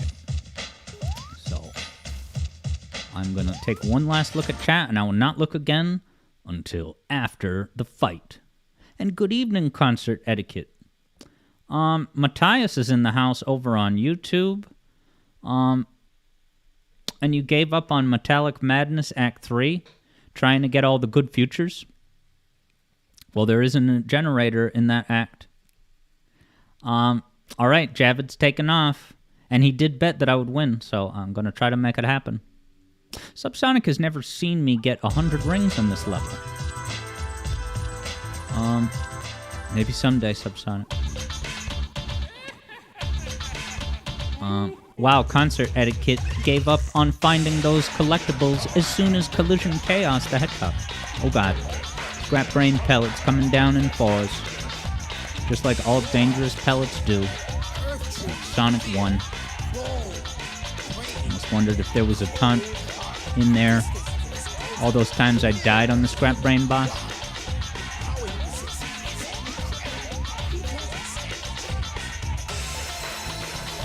He's gonna go down here. Ooh, that's how it happens a lot. Okay, so Spawnwave had asked, do you think gaming is in a rut right now? And here were the results. A lot more yeses. The yeses were in the majority. That's not my feeling on the matter. But also, I don't know. But I also am not riding the current hip waves of new games, you know? So, yeah, I don't know if you guys think gaming is in a rut. I know it's such a general way to say it. I obviously can't speak for Xbox and PlayStation, but Did PlayStation have a bad year? Was Spider-Man the only, like, PS5 exclusive making life worth living for those console owners?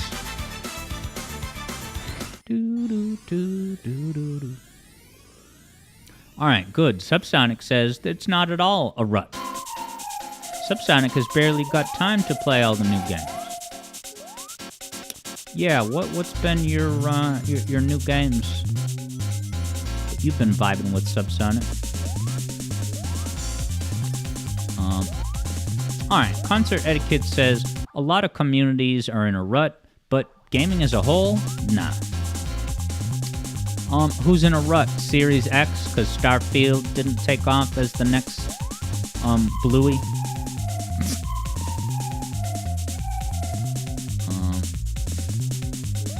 Interesting. Eplo has thoughts on the matter, which is that the issue is that the ones with influence and power over what gets greenlit and get released, they don't actually understand what the market wants.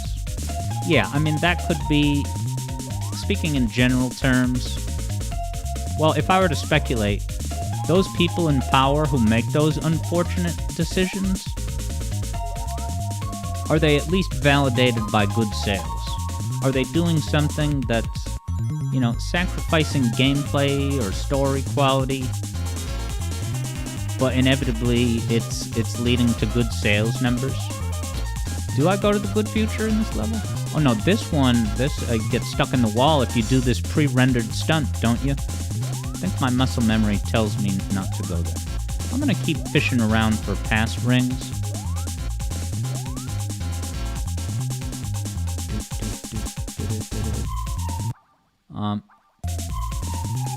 Rowboat says that the PS3 has the same reputation. No, the PS5 has the reputation that the PS3 did, which is just not enough games. Metal Gear Solid 4 can't carry a console, and half the people don't even want to play it because they didn't play games 1 through 3, and it's like the most heavily plot continuity story game in the entire series.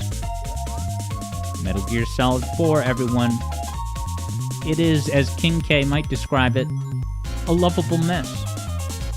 A lovable mess, everyone. Time to go upstairs. Serious Sam says, TikTok, rest in peace. Is that what Arizona did today? Get TikTok out of here? Out of America? It's dangerous to go there. Just get out of there, man. Nice. Subsonic has Penny's Big Breakaway. Oh yeah, Prince of Persia. And Hi-Fi Rush just sitting there. Dude, that is an all-star lineup of, you know, recent games with good buzz surrounding them.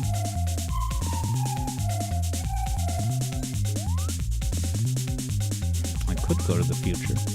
But I don't know, I think I should just, Dude, if you can leave an act with at least 100 rings, you can feel pretty good about yourself. Just watch me.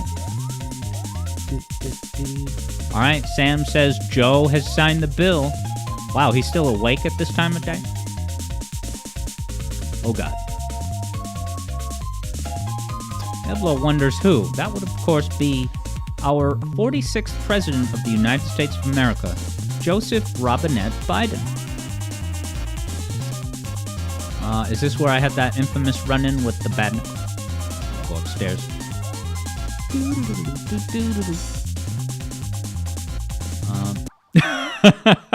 Concert Etiquette is enjoying the show, and said like, TikTok is banned until someone buys it. You think? And then Rowboat doesn't. Oh, I didn't know you had a PS5. You don't use it much. And you haven't played much games in general. I don't know.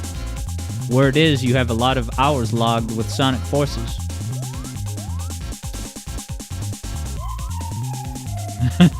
Oh god. I don't think there's anything that useful. Yeah, 147 rings. Nothing to sneeze at. Alright, no more special stages until the end, right? Alright, JJ has 323. He's got to be on Act 2, right? So, I'm in decent shape.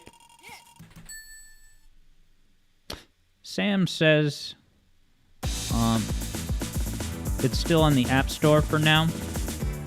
Oh, TikTok. Yeah, I'm proud to say that I've never used TikTok.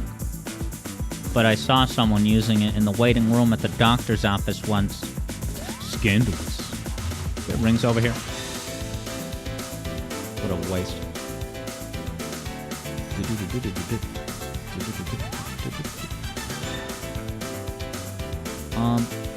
Concert etiquette wonders, for the Sonic 2 special stages, the half pipes, are they easier with just Sonic? You know, that seems to be the consensus.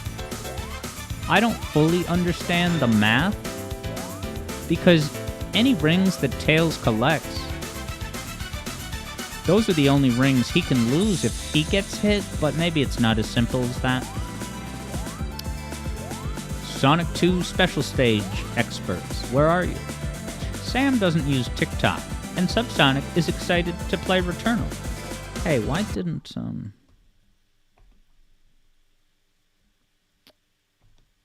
we go. Rowboat supports the ousting of TikTok.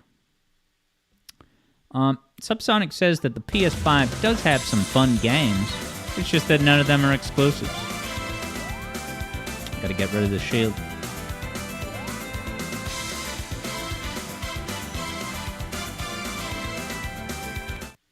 Did you see that? That was the ugliest time travel. Oh, okay. All right. So Subsonic says, wow, that was sick. There was a spring in that. It was the floor spring, wasn't it? It must have been. Maybe the conveyor belt was pushing me, like, during the fade out. That was cool. So yeah, Subsonic points out, yeah, that makes sense.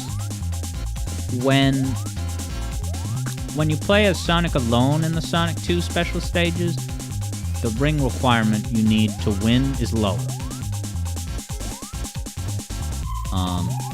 And is it safe to say that... Well, actually, I don't know. Let me ask this. Is it possible to win? If you're Sonic and Tails, is it even possible to win? Like, could you just write off all of Tails' points and just focus on getting rings as Sonic? You'd have to get a higher amount, but only you are in control of whether you take a hit. You can't... Well, I guess you're partly responsible for what happens to Tails, because Tails is just reacting to your inputs on a delay. Wow, Concert Etiquette got all 6 emeralds in Sonic 1 last night? Hey, that's not easy to do, so uh-oh. So bravo. Alright, generator is off to the right, but I should clear out these admins. That was needlessly needless.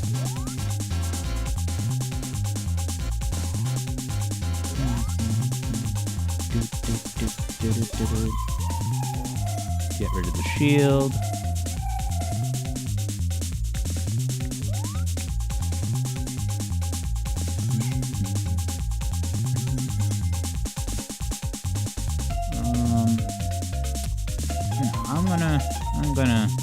I'm just gonna scour this area.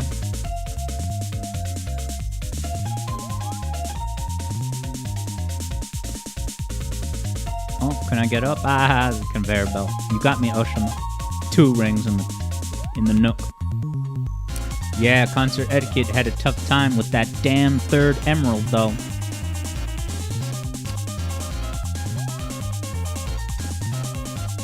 Wait, there's rings downstairs. The hedgehog to collect. Are there any falling spires here? I don't even know if that's what they're called. Extra life, don't need.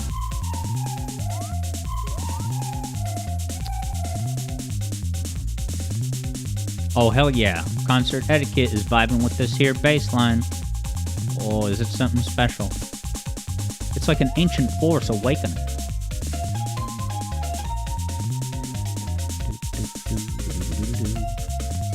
I don't think I want to travel, but it's gonna... Damn. Alright, I'm just gonna try to escape. Next bit, this. All right, so here's just a flight of fancy idea that I had. Okay, I had the idea. I'm thinking about possibly as a streaming idea.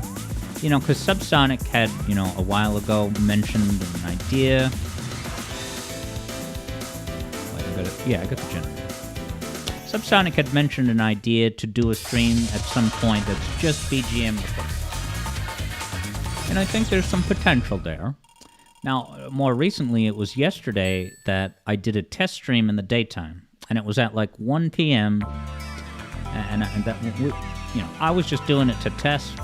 But it was fun just kind of impromptu chatting with you guys. So I had the idea, what about sometimes I do a 1-hour stream in the daytime, you know, and this would be separate from the normal stream. A 1-hour stream in the daytime with multiple song requests at a discounted price because it's a BGN focused thing.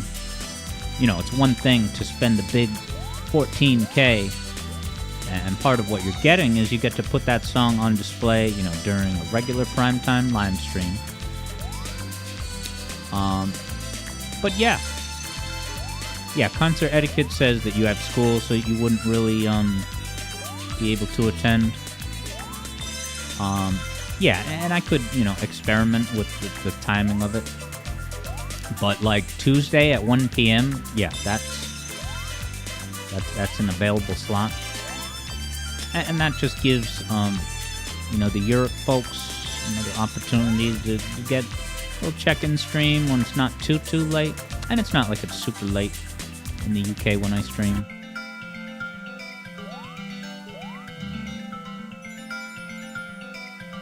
Concert Etiquette says the Wi-Fi doesn't block Twitch. Is there any hazard I can lose my shield on? I'm wasting time. I'll just lose it on purpose. So yeah, that's an idea that I had. But another thing going on is the Golden Axe series. Have you seen this? Have you heard about this? Golden Axe is a game, a Sega series. I don't know exactly what the genre would be called. What would you categorize the genre of Golden Axe? But the big news is that they signed a deal with either Netflix or HBO to make a series based on Golden Axe. And I can't remember if it's animated or not. I think it might be. But it's going to have a guy from Cocaine Bear. And it's going to have the guy, Danny Putty, who played Abed on Community, the show. Back your ass up. Da-da-da-da. So yeah, I haven't played much Golden Axe. Although I always spam the micro story that we played it for an hour at a birthday party at an arcade. We beat the whole game. No, we beat the Jurassic Park sit-in cabin game. But we played a lot of Golden Axe 2 arcade version co-op. But Concert Etiquette is taking off. Have a great one. So glad you joined us today, Concert Etiquette.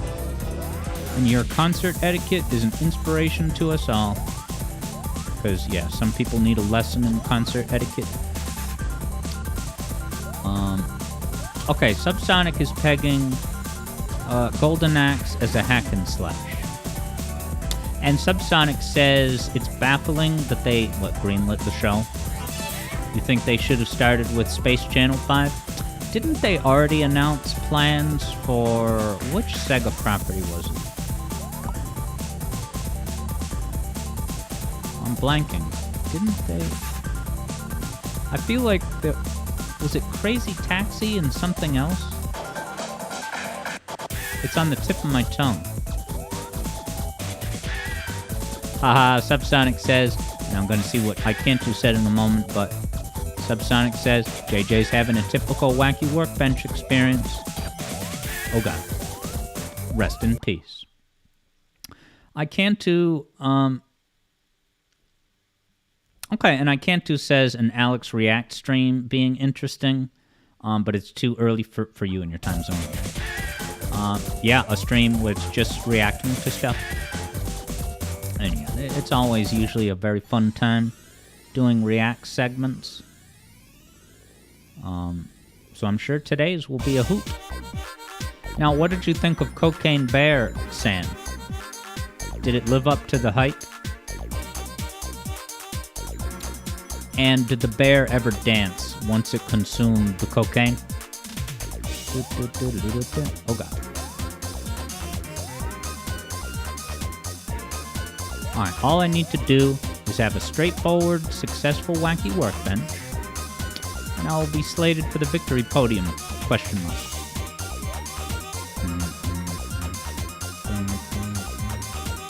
See, I don't know much about optimizing Wacky Workbench. I've never sat down in the war room to come up with a particularly powerful gameplay game plan. Alright, Serious Sam says, it is so fun. What, Cocaine Bear or Monkey Ball? Do they play Monkey Ball in Cocaine Bear? Yeah, all I Can't knows about Golden Axe is that it's a Sega IP. Yeah, there were definitely 1 or 2 games on the Genesis, and of course the arcade.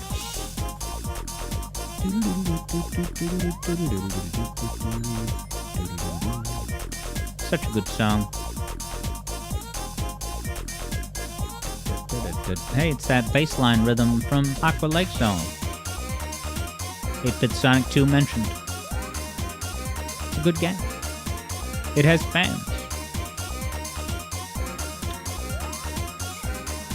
Nice. Subsonic played endless Golden Axe growing up.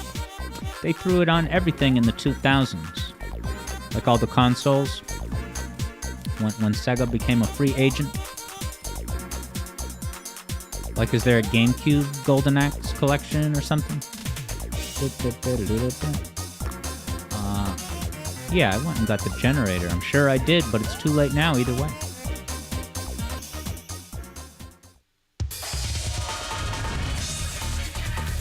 Sam says some of the kid actors taste the cocaine. Why? Because it's actually like baking powder in real life. Subsonic says there was a neat 3D remake for PS2 on the Sega Classics collection. Oh yeah, and of course they announced the Golden Axe. What do I have to do in this level? They announced the Golden Axe reboot or whatever. Now in development game. I'll get rid of the shield somehow. I just don't want to accidentally get that future sign.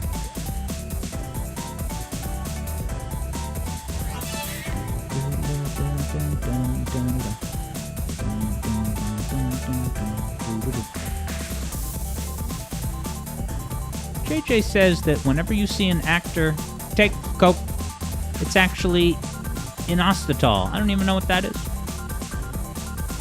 Unless it's just a different word for something that I'm familiar with, but you have a different word for it in the UK. Like Windoline. I didn't know what Windoline was, but it's basically Windex, I think. You know, glass cleaner.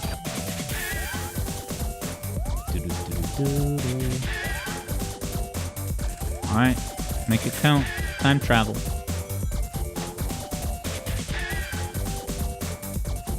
Or is it possible to land on those platforms by accident while going up? Because that's kind of what happens at times at the beginning of Palm Tree Panic. Oh, whoa, whoa, whoa, bad mix. Wow, there was a hidden platform like behind the foreground, kind of. Alright, I think it's safe for me to ride this. If I just hold the button. D-pad, I mean. So now I should be able to go to the good future. If I just spin dash here and then bounce up, it should be alright, right? Sweet. Sweet. Right on time for the next bit. Alright, so dude, Sonic Rover Blast 2 cart this weekend was off the chain. We had like 10 people in our Alex Yard Zone lobby. Koyao got in on it, Eboy showed up. Man, that was a great time. So I wanted to mention that, yeah, it's likely that we'll be playing again this Friday. There's got to be a future sign down here, right? And yeah, that was too close. I guess I'll spin dash now here. Yeah. I would like to maybe do a quick seminar giving a basic primer of drifting, because, yeah, there's a few people struggling with drifting, and I totally understand.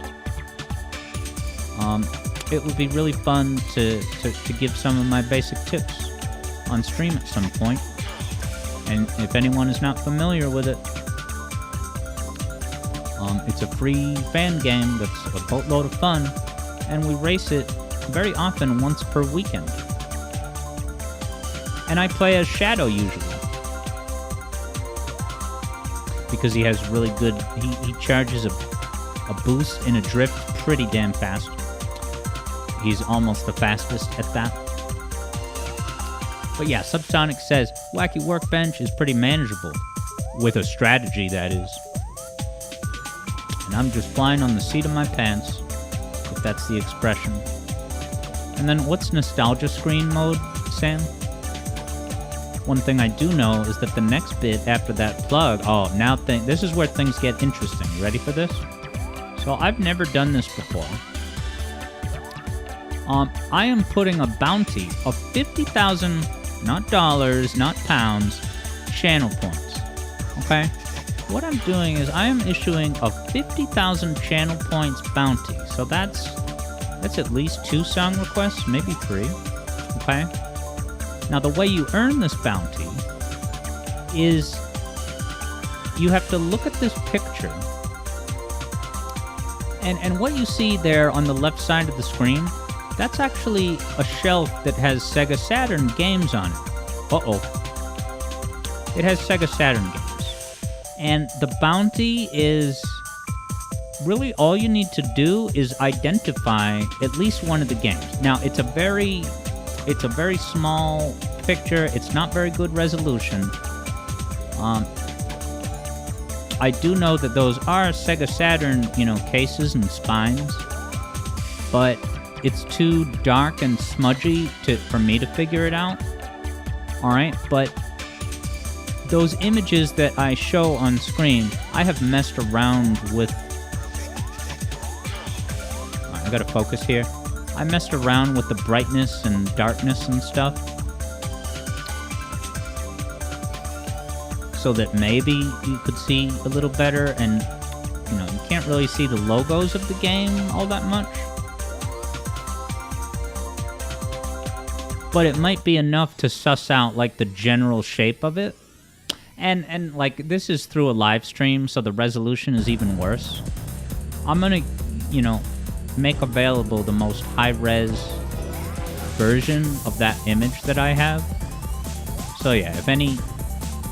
I gotta deal with the electric shocks now. Is this the end? I think it is, right? Don't screw it up, Alex.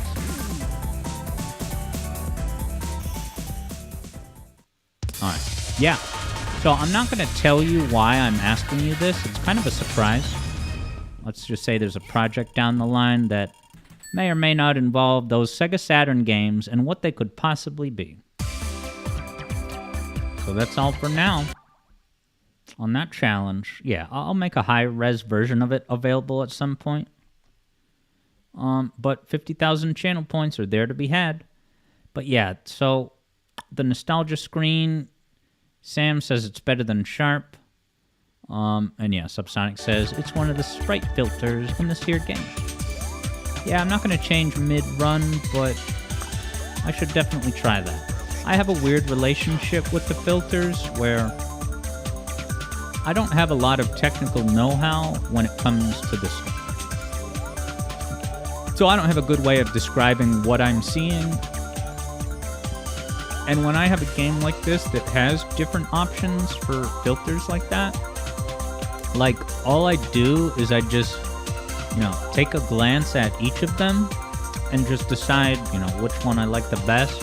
But unfortunately, it's more often like just the least evil, the lesser of all the evils. For some reason, I just don't really come across a look that I just instantly, you just look at it and you know in your gut, like, yeah, this is how I want it to look. Subsonic says, this game is old. Yeah, it's from the ancient era of 2011. Barack Obama was halfway through he presidents. Do games come with more filters nowadays? Sonic Mania certainly has a solid selection of filters now, doesn't it? Okay.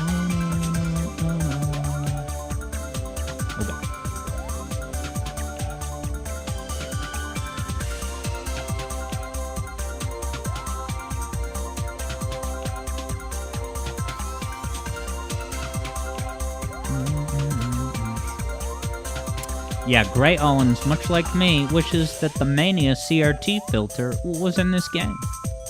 It's not complicated. Why didn't Christian do it?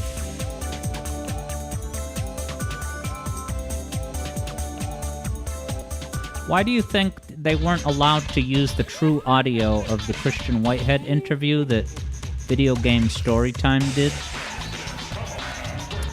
They had an audio interview, but then after that they said, don't use Christian's actual audio. What do you think?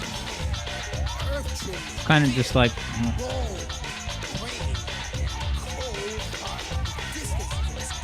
Like, I don't know if he's just reclusive, wants to stay away from the limelight.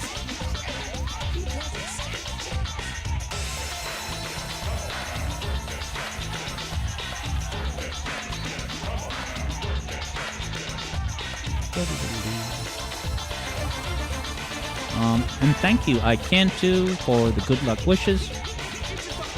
Oh wow, you've been on a flight this whole time? Or maybe you're going to get on a plane now. Whatever it is, have a good one, I Can Too. Happy travels. Happy travels indeed.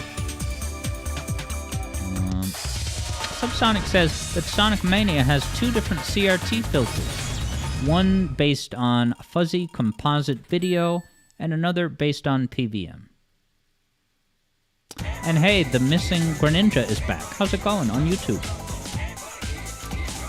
Wow, Gray Owens is going to pick up a cat like you're getting a new pet, is it? That's exciting. Is the pet going to be named after a Sonic character? That's my prediction. Get low. I'm curious to peek at Mr. JJ's score. He's got 364. Yeah, this is an RIP for him, huh? No offense. Now, over on YouTube, the missing Greninja has the question of the hour. What's my opinion on Sonic fan games? Oh, well. Just about every Monday, I stream a fan game here on the Livestream. And it's very fun to see all the different sorts of creative things that fans come up with. And yeah, the one that we played this past Monday, was called Sonic Dimensions. And it had Sonic Rush type mechanics, which was especially fun for me because I'd never played a Sonic Rush game. I'd never had a DS. So it had Sonic Advance game graphics, but Sonic Rush gameplay, that was super fun. I was impressed. I'm surprised I don't hear that get talked about more often than I do, you know? So yeah, there's a few fan games. Obviously, like Sonic Rover Blast 2 is really awesome. What are some of my other good ones? I think the most underrated sleeper hit is Sonic 3D Blitz. It's pretty simple, but it's isometric, like Sega Sonic the Hedgehog or Sega Sonic Bros. I always get those two mixed up, but...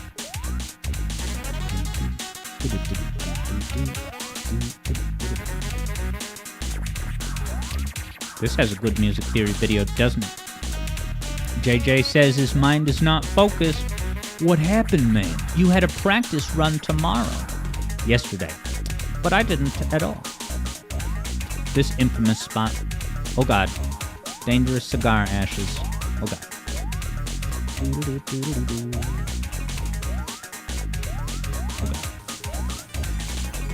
That was good. Yeah, I should just bounce. Oops. Wager nullified. JJ wins.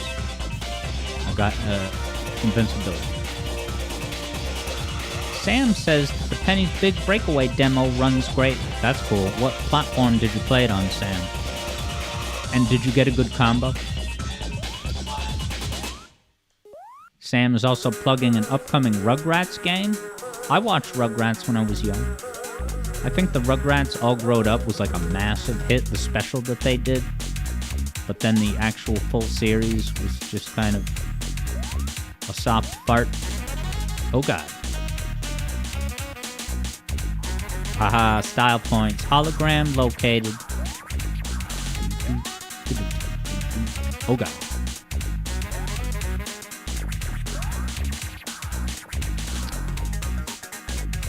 Sam says the demo is live for Fugrats. I'll have to check out Fugrats. Oh wow, the Missing Greninja is making one. You're making a Sonic fan game? And what's the elevator pitch? What's the 10-second summary about what your game's deal is? Because we got at least 2 people who watch my streams that are cooking up fan games. In some instances, with a playable demo already available.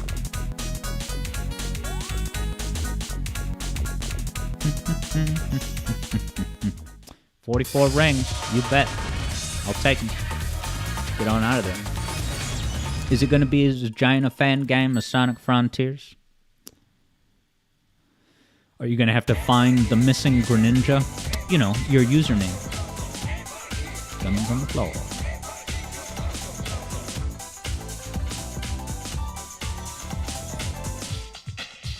Hit it.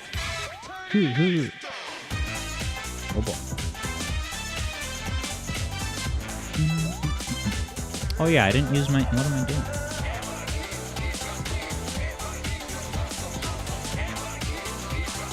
Be funky.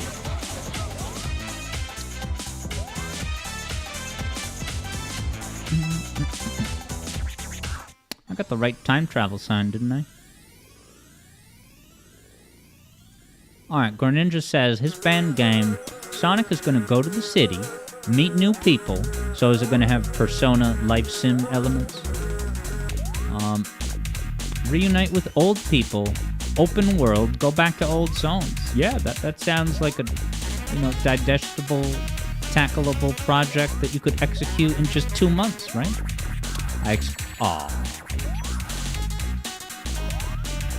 Poking you for the timetable of your fan game, and I took damage as revenge.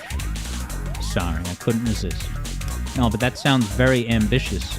Do you have a budget the size of Sonic Frontiers 2? Uh-oh. Just missed that ring. Alright, I'll go upstairs instead, whatever.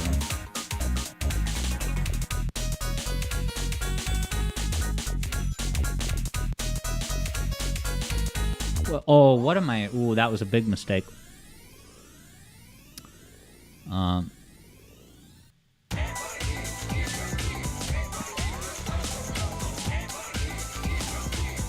Yeah, I guess Greninja, I meant, what's the gameplay style of your fan game? Is it 2D, 3D? Which Sonic game is it most comparable to? Or, like, is it a mixture of... I need to get back to the past to get the generator that... I made that joke a million times, Alex. That was a future song.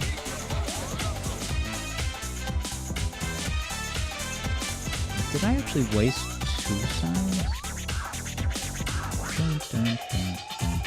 I mean, I could always... I'm still gonna aspire to get the past song. I'm gonna... Don't. Oh, I went right by it, didn't I? So stupid. Yeah, I... Oh, no! Oh. Look, I'm not gonna fret. I'm not gonna fret. Yeah, Subsonic, it was just a live stream error. I don't know, I was multitasking in my brain with looking at chat. Probably not realizing that the traveling I was doing was, getting me that subsonic sparkle. You know, because when Sonic is time traveling, beneath him, Subsonic, there's sparkles. Hey, that's where Subsonic's username came from. It has been hypothesized. Subsonic says this place is totally safe. Is there even any signs over here? Or do I have to be left of the cathedral? Oh, I think I saw a sign up there.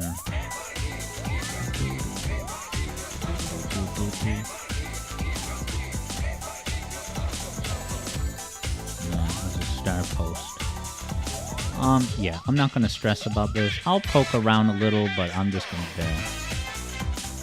No generator. Yeah, it carries a penalty of 1,000 points. Because that's how much you get for generator neutralization.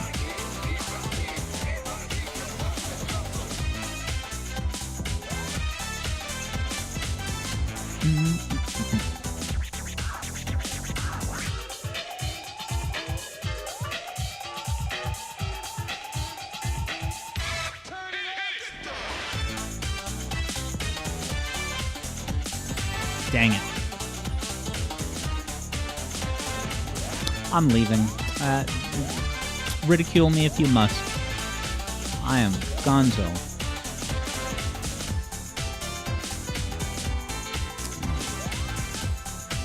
Future sign.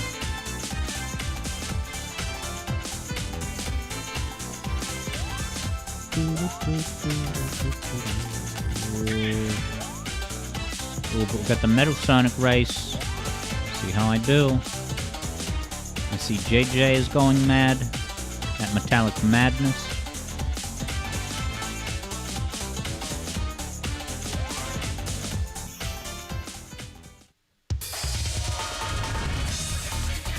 I got through the zone. Now, Subsonic says we're both getting bad endings, but if we go to the special stage 7 at Metallic Madness 2, grab that last emerald. It's kind of fun and different to see the bad future here.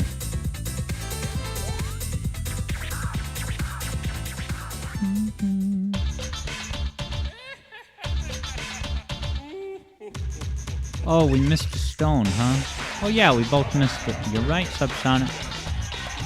I forgot I missed the chemical plant stone. Stone. Feels so wrong not to say emeralds. That's the route they went for this game. Stone.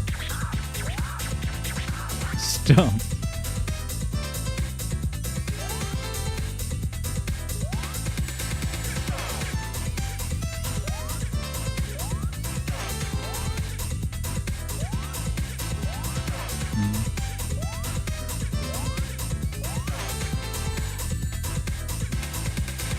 How very typical. Doesn't get rings.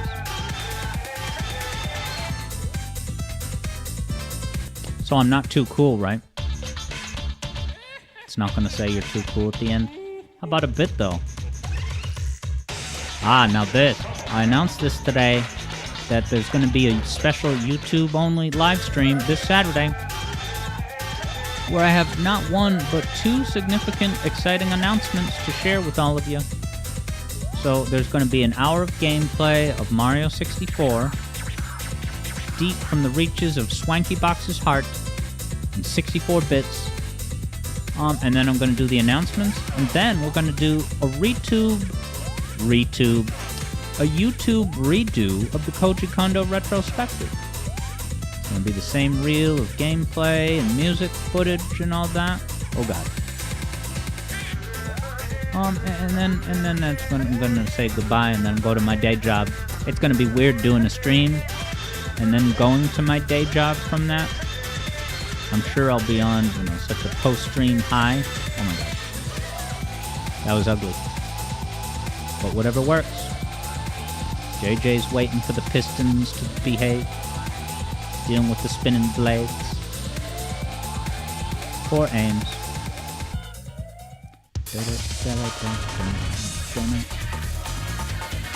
So yeah, that should be awesome. See you on YouTube this Saturday morning. The stream will begin at 11 with the announcement at 12 noon. So I look forward to it.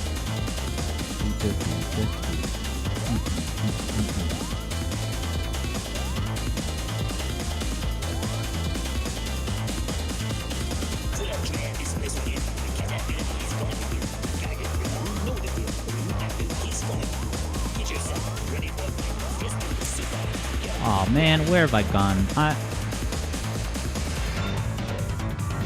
Let's see if I can be resourceful and travel down here. After playing this game enough times, yeah, there's no excuse. I should be able to make a time travel happen, even on this lower route. And not just use the safe way that I always use. Now, this is a spot where I travel, but I think I got to get rid of that future sign. Yeah, I'm gonna get rid of the future sign because if that's the one I'm thinking of, it can interrupt your travel and send you to the future instead. It doesn't interrupt the sparkle travel, but it makes it so that it changes your time travel destination.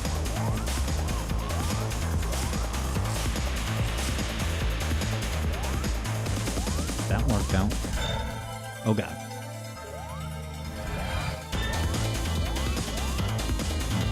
Here. Wait, is this a one-way hoe? Yeah.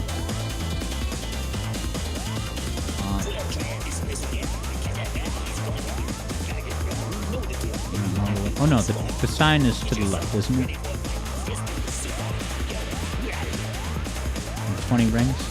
Yeah. In my head, I pictured them as a pair, one next to the other. Who cares? Here's the next bit, though. Alright, so you know what's happening today, right after this. I'm gonna give that video a look. Sonic's masterpiece. Oh god. Sonic CD is conflicting. So that'll start right after the credits of this here compact disc content. I wonder if anyone here... if I had to place a bet, I would say Subsonic has watched that video. But I don't know for sure.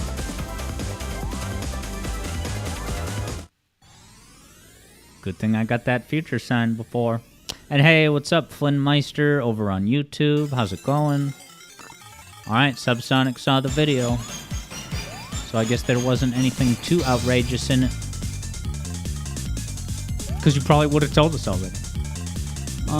Okay, generator time. 60 rings, huh?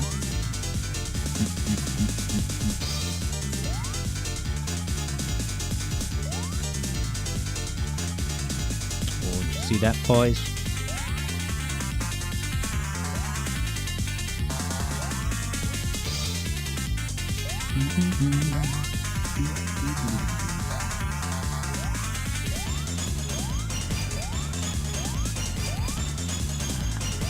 Not this again.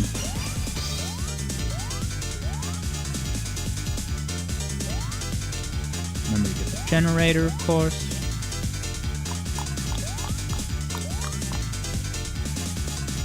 Oh yeah, now I gotta do a trick. Practice with this. Nice. Oh, I'm not sparkling.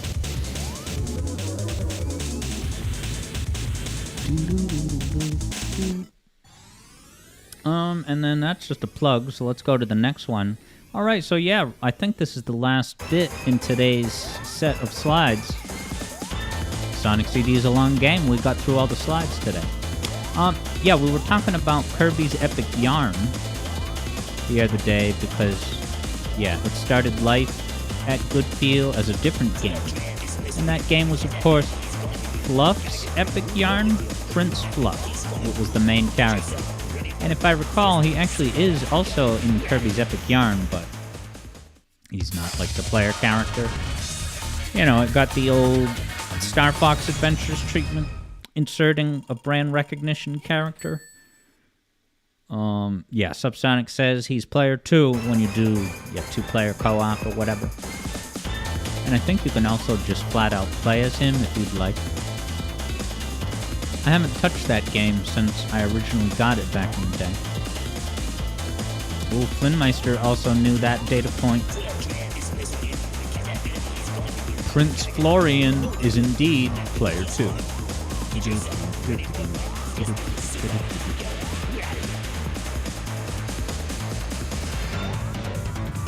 This song is really good. When I posted,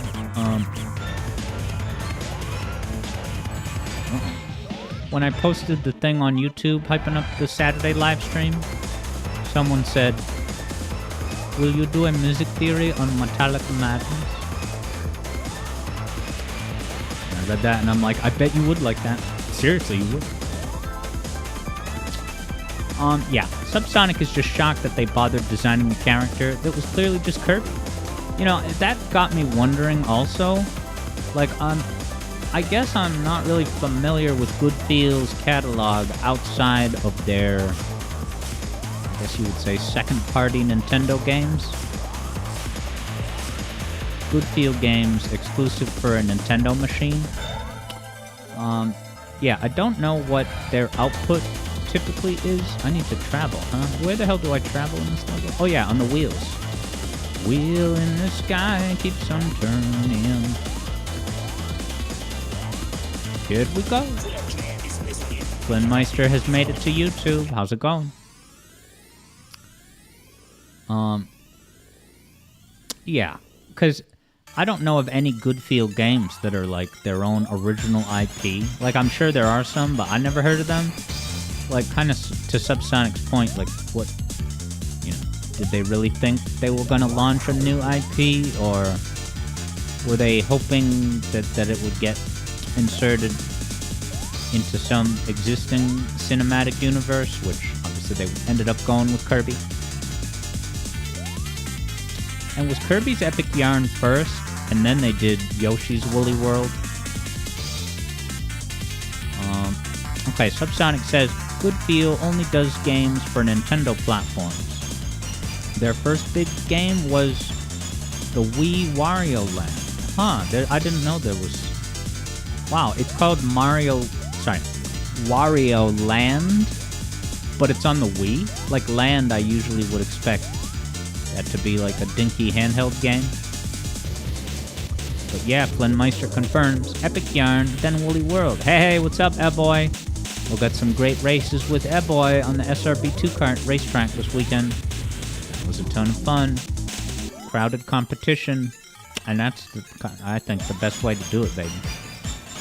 What's up, Eboy? Oh, right, and I learned that it's EB Boy. EB Boy.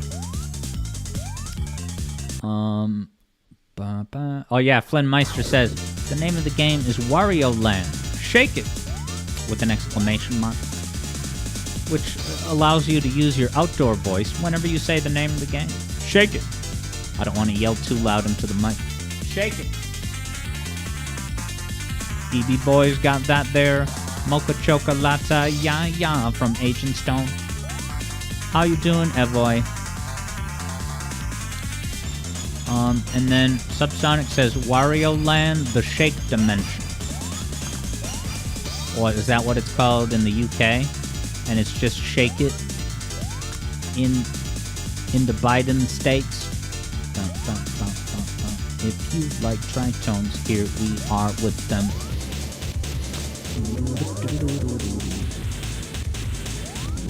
Alright, cool. Yeah, Flynnmeister says, also known as the Shake Dimension. I love these alternate titles. I don't know, there was another Europe title. What was it? It wasn't Sonic 3D Flicky's Island, which for any of you Americans, that's what Sonic 3D Blast is called in Europe. Sonic 3D Flicky's Island.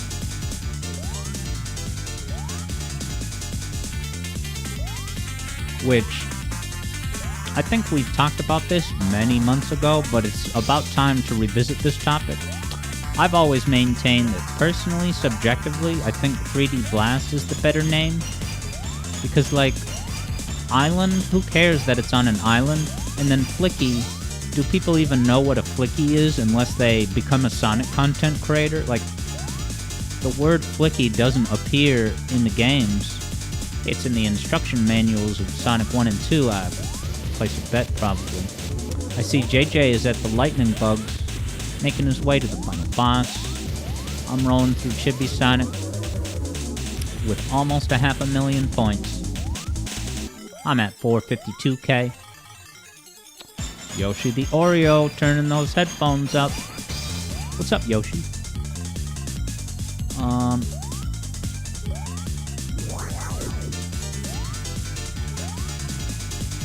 Okay, Flynnmeister says, your favorite EU titles are the Mario and Luigi series because they slap bros at the end of every title. Do they put it... They must put it before the colon, right? So it would be like Mario and Luigi Bros Dream Team? Or would it be Dream Team Bros? I'm doing good, Yoshi. How are you? Oh, okay. Subsonic says that Flicky already had their own brand since the 80s. And was that the arcade game? So is that to say that the Flickies that Sonic saves, even in Sonic 1, those Flickies, like, already existed in the Flicky CU even before Sonic 1? So it's almost like Sonic was a spin-off. Not a spin-off, but it took elements of like an IP that was already a thing. How often do I have this many rings in this level? Well, I better not lose them, because I gotta go get the special stage. Subsonic prefers Flicky's Island because it's actually descriptive.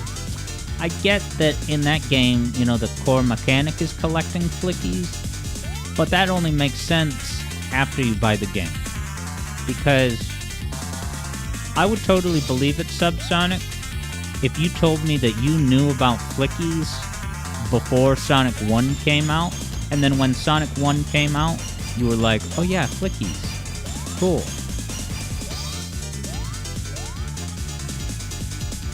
But I don't know.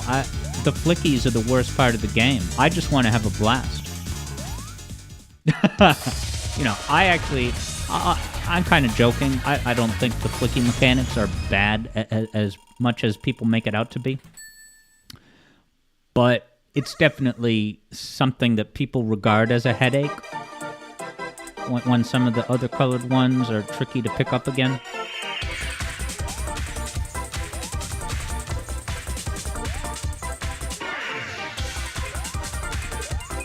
What was I hoping would happen on that? This guy zags frequently, but now he's never going to zag again. Oh god. Oh, this is a wasted super shoes.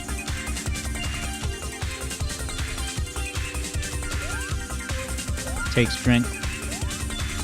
That worked out.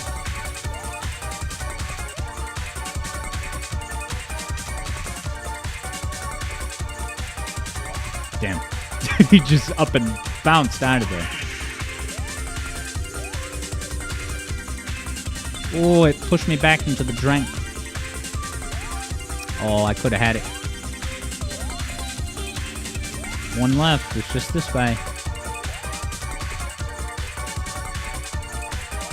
Not a lot of bumpers in this corner. Oh, he zagged a little sooner than I was hoping. Alright, let's go get a refill. Finish the job with honor and distinction. Oh, you think I have a game plan? No.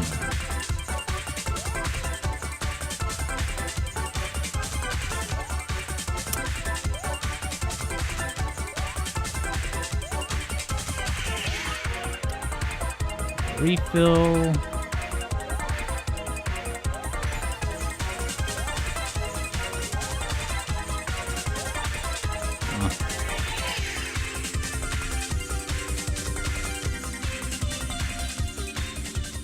That's where you gotta get it. You gotta... I'm gonna let it go on that path. It's always following the same path, right? It shouldn't change. It's so easy when you just go on the path.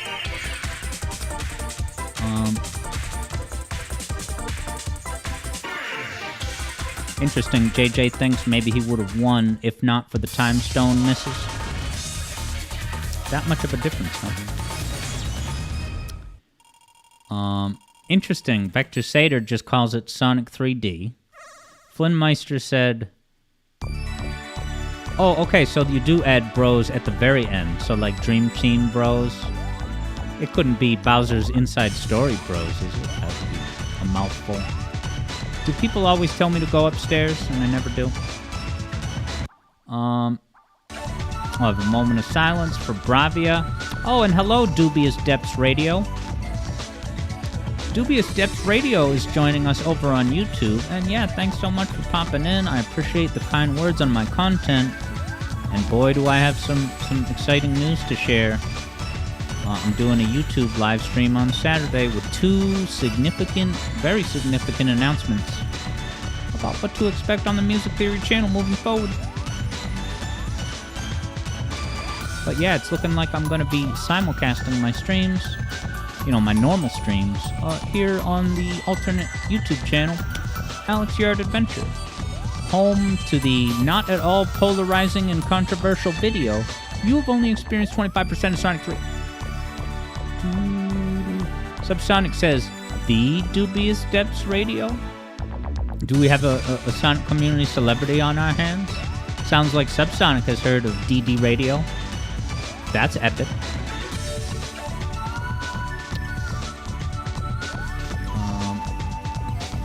That boy's got to get Space Harrier into the mix at some point. Alright. Lightning bugs neutralized.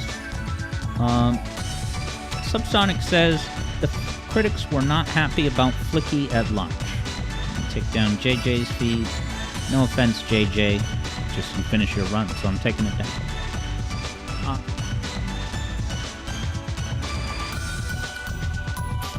Now, Dubious Depths Radio, if you're still with us, actually, I can just click on the username. Yeah, because that's natural and respectful for the audience to, in the middle of the stream, start clicking on usernames. Channel activity, alright, it's not going to take me right to the channel. But it says Dubious Depths Radio, and then it has like a kind of an emoticon text face.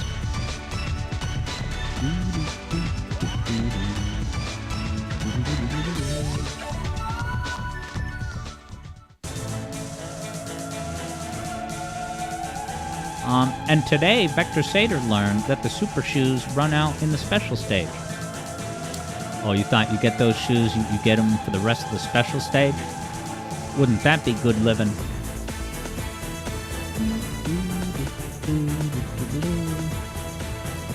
Nice, Mick Mark is back in the house. How you doing? Welcome back to the zone.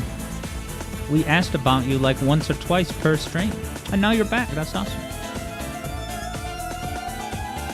Subsonic says that Sega loved tying their games together back in the day.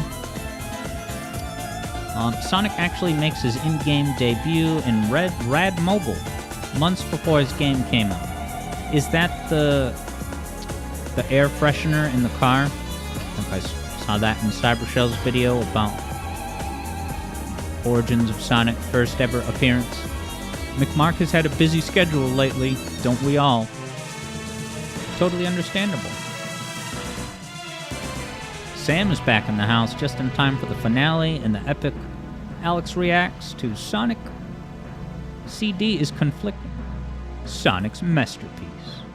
The video that's been making waves in the entire Sonic community. I feel like the views shot up in the past few days, because when I found it, it was at like 5,000 or 6,000 for the first few days, but then a couple more days it shot up to like 11K or something. Alright, I had 490,000 points. That's not half bad. Not half bad. But it's now time to see how things shook out with the wager predictions. Okay. Wow, it was it was 50-50 split when you round it, I guess. But it was 5,000 bet on me, and that was all Javid. Oh my god. Only 2 people bet on me. Wow, and Subsonic had bet 4,000 on JJ. No kidding. So Javid's picking up a bounty today. Way to go.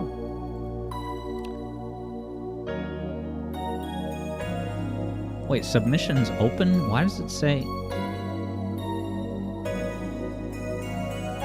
Yeah, this is... maybe I'll just refresh the page. I won Eboy by a significant margin. Research indicates that the thing that did JJ in was missing not one, but 2 emeralds. I missed 1 emerald. Oh, wait. Okay, now it's... Okay, so I had... My stats were not updated. There were actually 9,000 points bet on JJ. So, Javid, you're a rich man. Javid put in 5,000, and he's getting almost 3x return ratio. My man. Sam bet the most, almost 5,000, so you're getting a chunk of Sam's points, Subsonic's points. Way to go, Javid.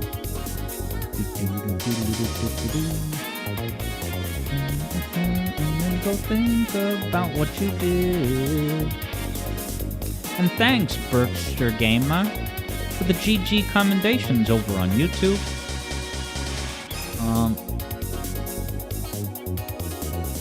And yeah, McMark, are you talking about Balloon Park?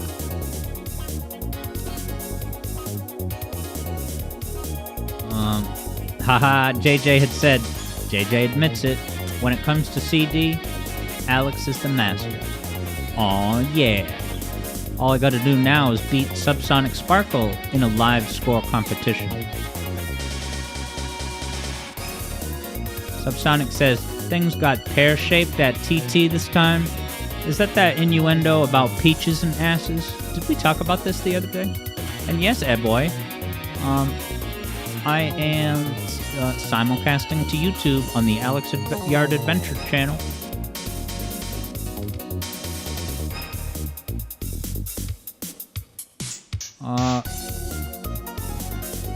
Okay, yeah, and Eboy, you lost your streak.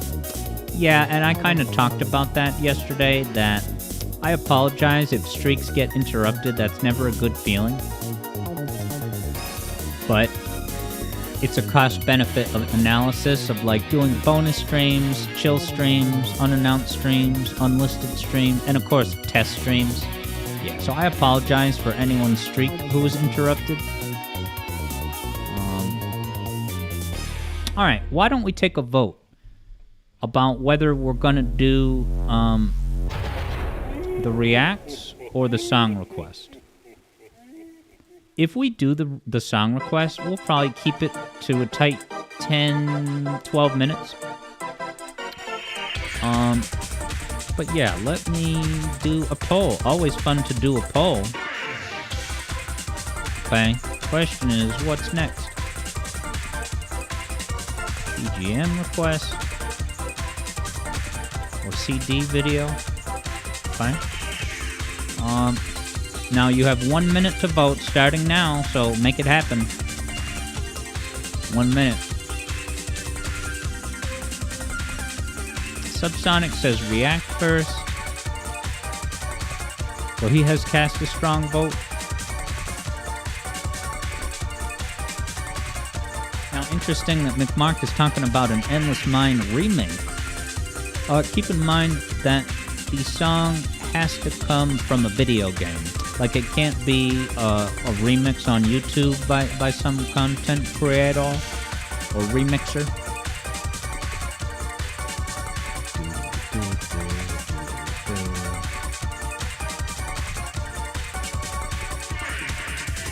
Wow, a strong majority for the VGM request. Thus it is dictated. And I don't mean that in a bad way. I think that's a clear verdict. 5-1 vote. There you have it. All right, let me pull up the song request from the musical mind of another Sonic 2 remake developer, JJ4040. Cool guy. Let's see what his request was. And we'll hop over to the Hangout Zone here at the Angel Island. Welcome back. perfect time for the special stage music to fade out. And yeah, you might have noticed I have a couple of new posters. I'm experimenting. Those posters don't look clear enough for the small size that they are. You maybe can't even see what it actually is. But let me pull up the music. It's the reason you all here. You voted as much.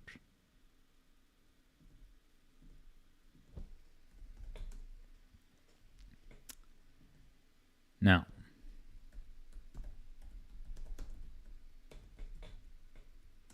can't say I've heard of this game. Building your online business? I sure am. Okay, here it comes. Can hear that. All right, JJ has got the hint that it's yet another 90s PC game. And then, yeah, I did see in the news what Subsonic is mentioning, that Little Big Planet got nuked permanently. Did I see that they, like, took it down, like, pseudo-temporarily, but then they were just like, actually, it's forever? Like, some kind of mixed messaging that it was a little surprising when they finally pulled the plug. Yeah, that sucks that Subsonic lost all of his childhood levels. That it's really a shame that there's no way to make that happen. All right, I'm gonna guess, JJ, that no one will be able to guess this, so maybe I should just go ahead and pull up the footage right now, shouldn't I? That's the vibe I'm getting. So this is a 90s PC game.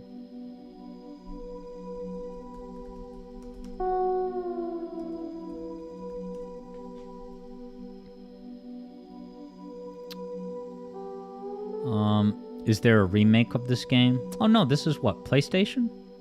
PS1?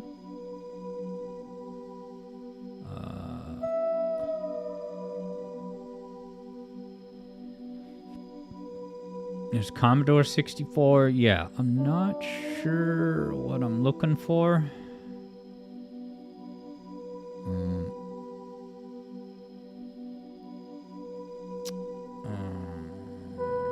It's not Half-Life, though, as Sam is guessing. Third, Bruno's getting an atmospheric 5, and yeah, given that it's kind of soft, I could turn it up a little. Alright.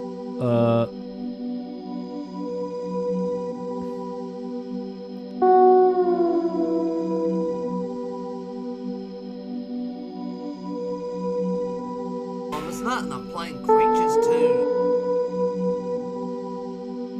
How about this? You could send me something else, possibly, but...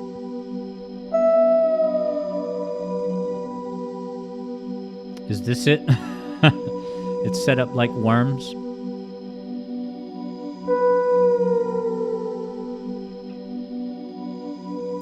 Third Bruno is hearing this and is thinking that you want to request an atmospheric song someday. I look forward to it.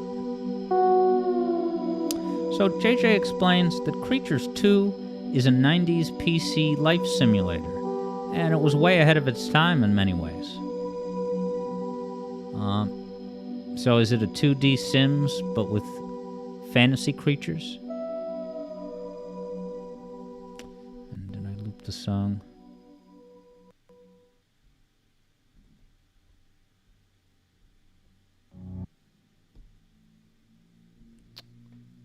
JJ says that if you like Chow, you're going to enjoy this game. No, that's not what I want. This is. Bow. JJ explains that you raise these guys, and they have their own brain and thought processes, their own DNA, and you raise generations of them. Sam likens it to the game Spores. And JJ says it had a lot of user-made content and online fan communities. Let me click on JJ's link in the meantime.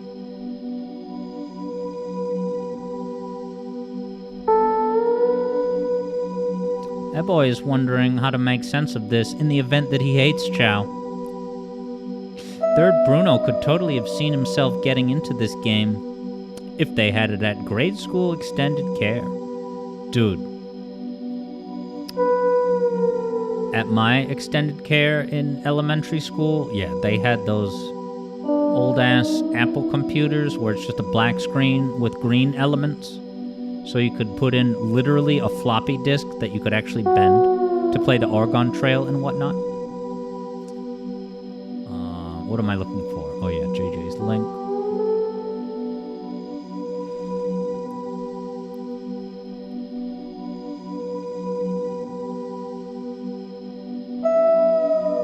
McMark is going to grind on Stardust Speedway Sast. That should be fun. Oh, did I get the exact link? Okay, it was the same one. Cool. What happened? This guy is altering his window.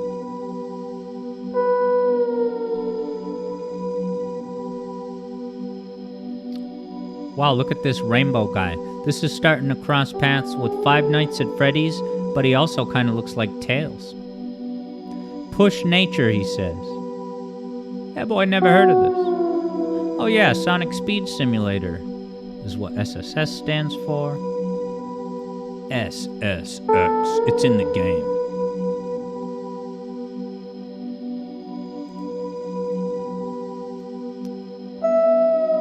JJ says the ultimate goal was getting mad breeds with colors like this. So you want to get them to be as wild. Oh my god, this person keeps screwing around with their computer. Just play the game.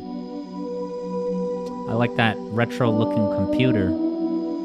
That looks like the ones that I was talking about from my grade school.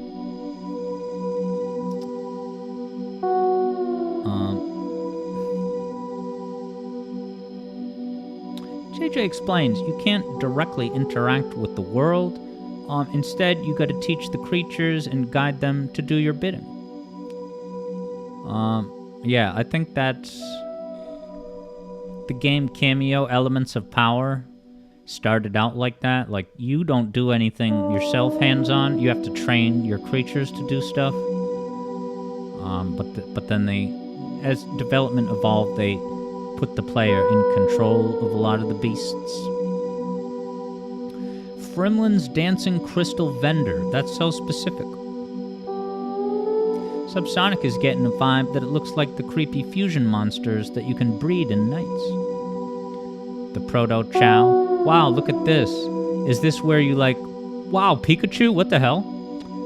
What's going on here, JJ? What is this game if Pikachu snuck into it? Ah, okay. JJ says user-made content. Very cool. Do you have to sign a waiver promising you won't put copyrighted characters in the game, but then no one honors the agreement? Yoshi the Oreo is amazed to see the OG design. So can you mix DNA types? Like mix Pikachu with the squirrel? And JJ says players would share different objects. JJ had lots of user-made content in his. Ah, look at that creepy guy's eyes. Is he gonna spawn it? Ah, look at him.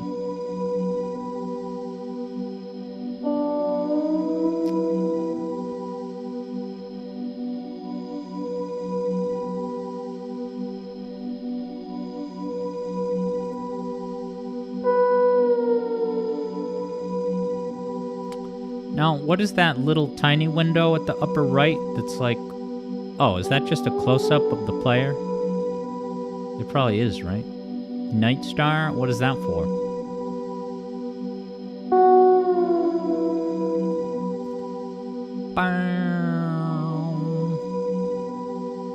So what is this person looking up an online reference? Look at this Web 2.0 website design. Oh, this person is just downloading new stuff to put in the game. These graphics are really funny.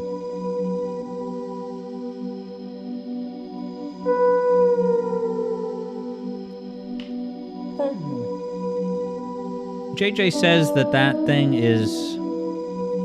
It's showing what your current creature is looking at. But... I just see the creature. Like, what do I get from that window that I don't... Is it so that you can keep track of them if you wander off screen with your camera? Pain, hunger, exhaustion, sleepiness, boredom. Wow, boredom is all the way up.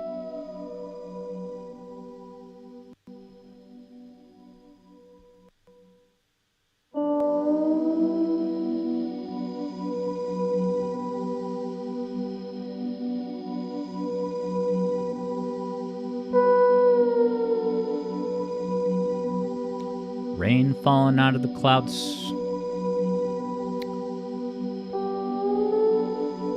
Alright, yeah, JJ says these creatures can be stupid and drown theyself. A la lemmings. Alright, and I'm gonna queue up the CD video in the meantime.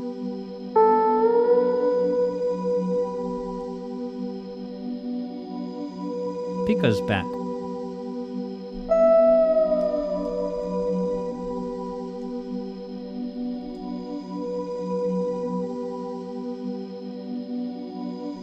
It's at 12K views. Bravo.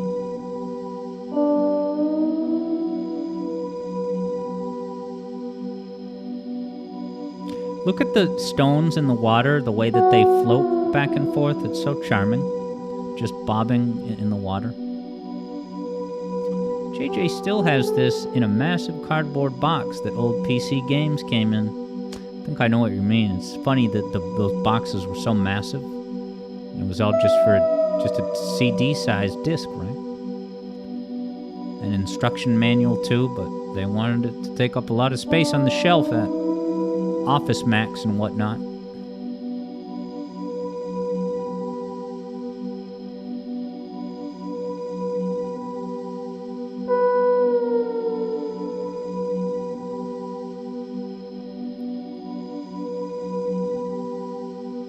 So it's almost like an ant farm with the 2D view.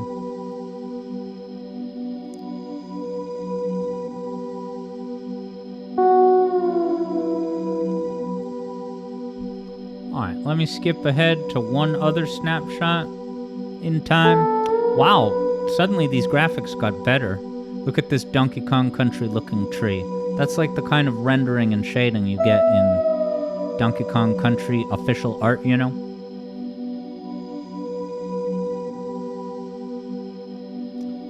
See the little Dreamcast snail.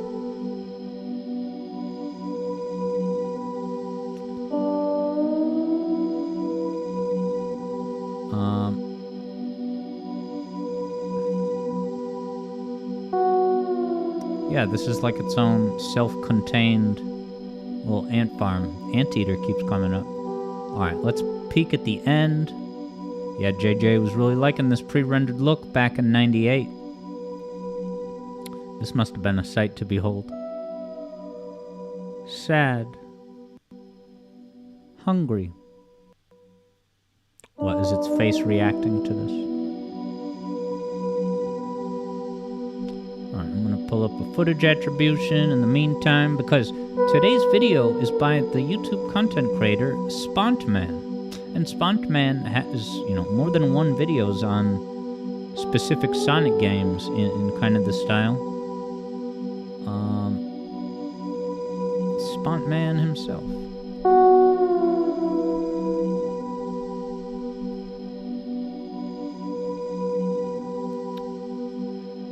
JJ says the Creatures series would go on to have several console releases too, but never as feature-rich as the PC versions. Yeah, you're saying it was also on PS1 and GBA? Yeah, I did see the PS1 version come up in the results. Robo is amazed to see Pikachu, and that is the magic of user-generated content. Can you believe it, Robo? But yeah, I think we're ready to get going with today's Plus segment. We're going to look at the Sonic CD video. So thank you very much, JJ. This was a very, this was a cool curiosity to look at. Now, I wonder if you do runs of this game, like does a typical playthrough last an hour and then you just see how good you can do within one generational set of generations? Cool.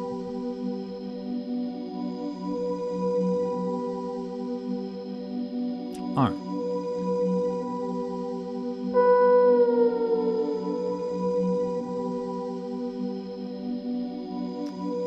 All right, cool. JJ says, it's like The Sims. You just keep going. So I'll see you later, creatures, too.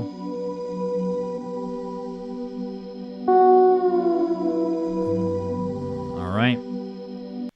Here comes Spont Man. This. Oops. All right, here we go. Diving in head first. So this video is by Spont Man. By now you know it's called Sonic CD's Conflicting. And I have no idea what to expect. Let's jump in. That's enough waffling.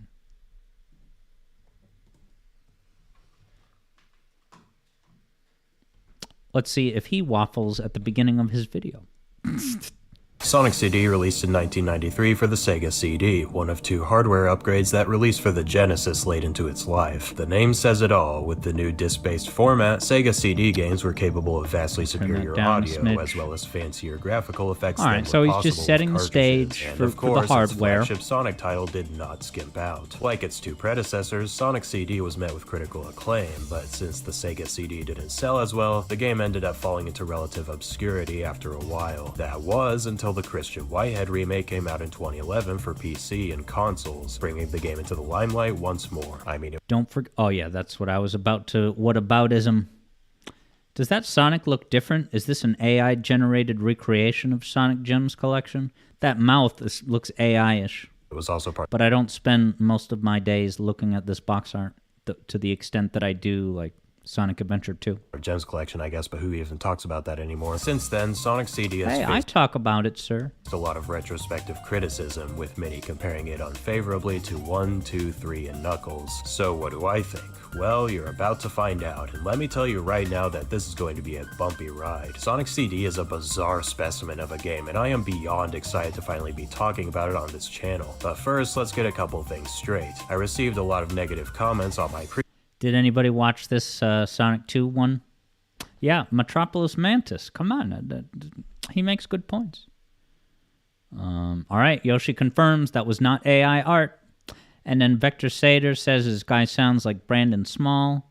Can't say I'm familiar with Mr. Small.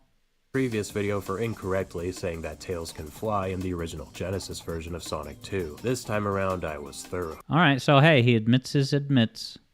Yeah, Subsonic, yeah, we were talking about how, you mentioned that because of the new unearthed prototypes and stuff, we're in the Sonics 2 Ascents. I played Sonic CD 3 separate times for this video, once on the original. So, I'm not really going to give him a hard time for this, but, it's the kind of thing where to play Sonic CD 3 times, it's not a lot when you think about how the game is structured. Is it enough to do a review and comment on it? Sure.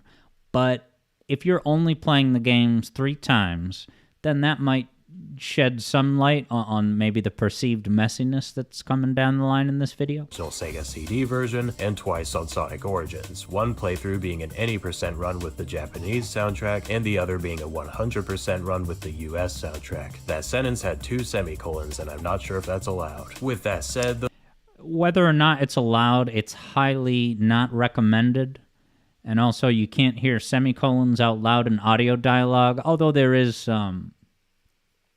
this caption. But yeah, if anyone's curious, if you use a semicolon, you should not do it again for if you're using semicolons frequently, it just comes off as overly formal or just a little bit pretentious. US soundtrack. That sentence had 2 semicolons, and I'm not sure if that's allowed. With that said, those comments did also end up making that video. And also, it's incorrect use of a semicolon because any cluster of a semicolon should be its own independent clause.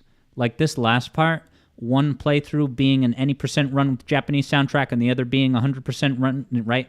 That is not an independent clause. And I know this grammar stuff is the main reason you guys wanted me to react to this. So, but yes, anytime you use a semicolon, the chunks on both sides each have to be their own complete sentence. And I'm not sure if that's allowed. With that said, those comments did also end up making that video the second most popular on my entire channel. Since this type of engagement is apparently really good for my analytics, I'll be deliberately hiding fake facts in every video from now on. So, if I get something wrong, just know that it was definitely and totally Is this on purpose. With that out of the way and without... So... He's openly admitting that he is driving algorithm attention by intentionally tossing grenades into people's laps by, saying things that you know are false. But I don't even know if he's joking about doing this. Wrong, just know that it was...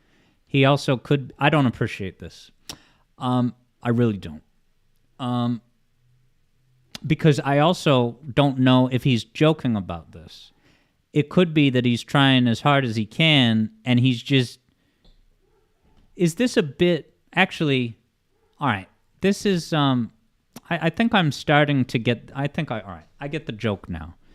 He's doing the Robotnik's deadly tricks. I didn't pick up on that. If this is a joke... I can at least say that it doesn't belong in the waffling. It doesn't, right? We talk about the waffling at the beginning of a video where it's just like, a few things I need to get out of the way before we get started, right? The average viewer just wants to hit the ground running. The fact that I had to stop and think about this and rewind it is not a great indication. Yeah, hiding fake facts in every video from now on. So, if I get something wrong, just know that it was definitely and totally on purpose. With that out of the way, and without further ado, this is my review of Sonic CD. Sonic CD wastes no time in flaunting the capabilities of the CD-ROM format, kicking things off with an absolutely gorgeous intro sequence. I have gotten a little tired of the community constantly obsessing over this thing, but I mean, it's not like I can blame them. It's beautifully animated, and the attention to detail with how Sonic is designed and the way he moves is incredible. This intro won't appear as clean on the original Sega CD version. In fact, it looks like something out of a Leapster game, but the animation can still be appreciated nonetheless. Anyway, Dr. Eggman is back once again, but instead of trying to take over Sonic's world, he's taken an interest in Little Planet, an extraterrestrial road planet from Eggman's rule. The guy really went all out with the visuals this time. The wonderfully surreal and vibrant landscapes of the first game returned in Sonic CD with a vengeance. And since it takes place on an alien planet, the environments are more outlandish and abstract than ever before, which I love. This might just be my favorite visual style out of all the original classic Sonic games. Sonic CD also features a unique time travel mechanic, which we'll talk more about when we get to gameplay, but right now I want to focus on how it affects the appearance of every zone. When you go into the past, bad future, or good future, the level's tile set will change accordingly. The past is usually more organic since Eggman hasn't touched it yet, the bad future shows the dystopian hellscape that the place will become if you don't stop him, and the good future shows... Yeah, okay, we know how the game works. Gameplay. It also affects the soundtrack. Basically, when Sonic CD was localized in... Alright, we know how the soundtrack works. Christian Whitehead songs. He's using adjectives to describe the music. Good future themes usually put a more hopeful spin on the present theme, and in the case of Palm Tree Panic, the saxophones and children cheering in the chorus take a backseat to let the beautiful chord progression shine.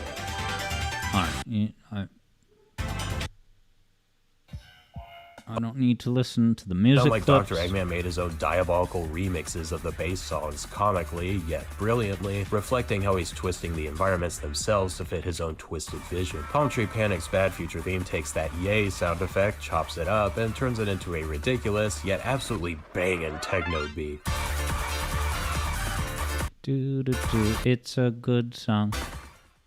The past themes are interesting because instead... Alright, we know what the situation with the past music is.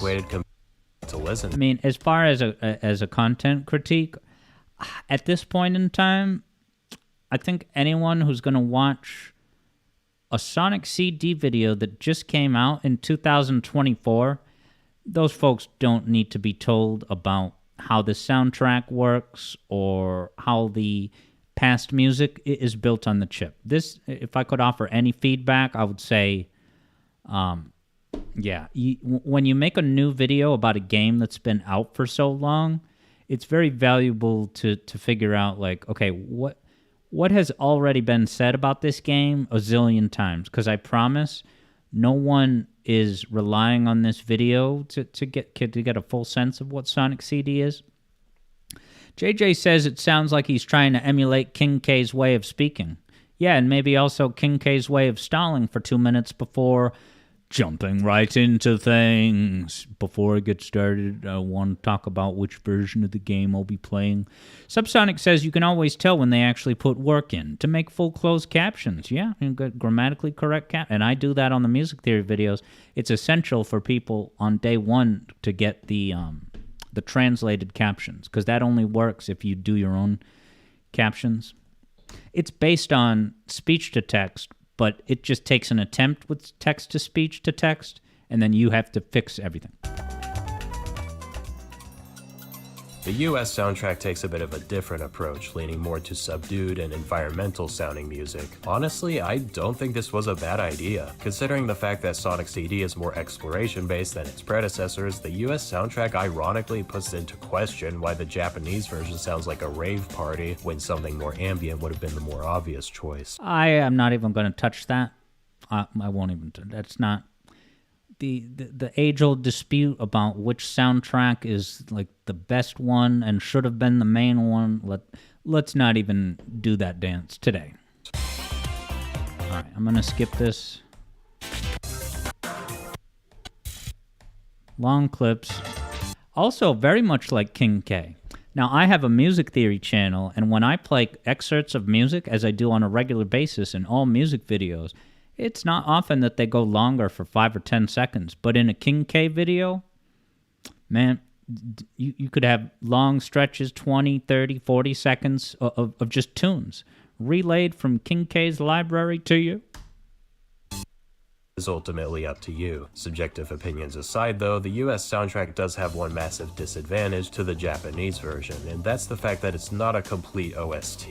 The past themes still use the Japanese tracks, it's a hard-coded note sequence is harder to replace than an MP3 file, and the final boss track is just straight up missing, using the normal boss theme instead. For that, I didn't even realize. Did I? Maybe it's fixed in CD11.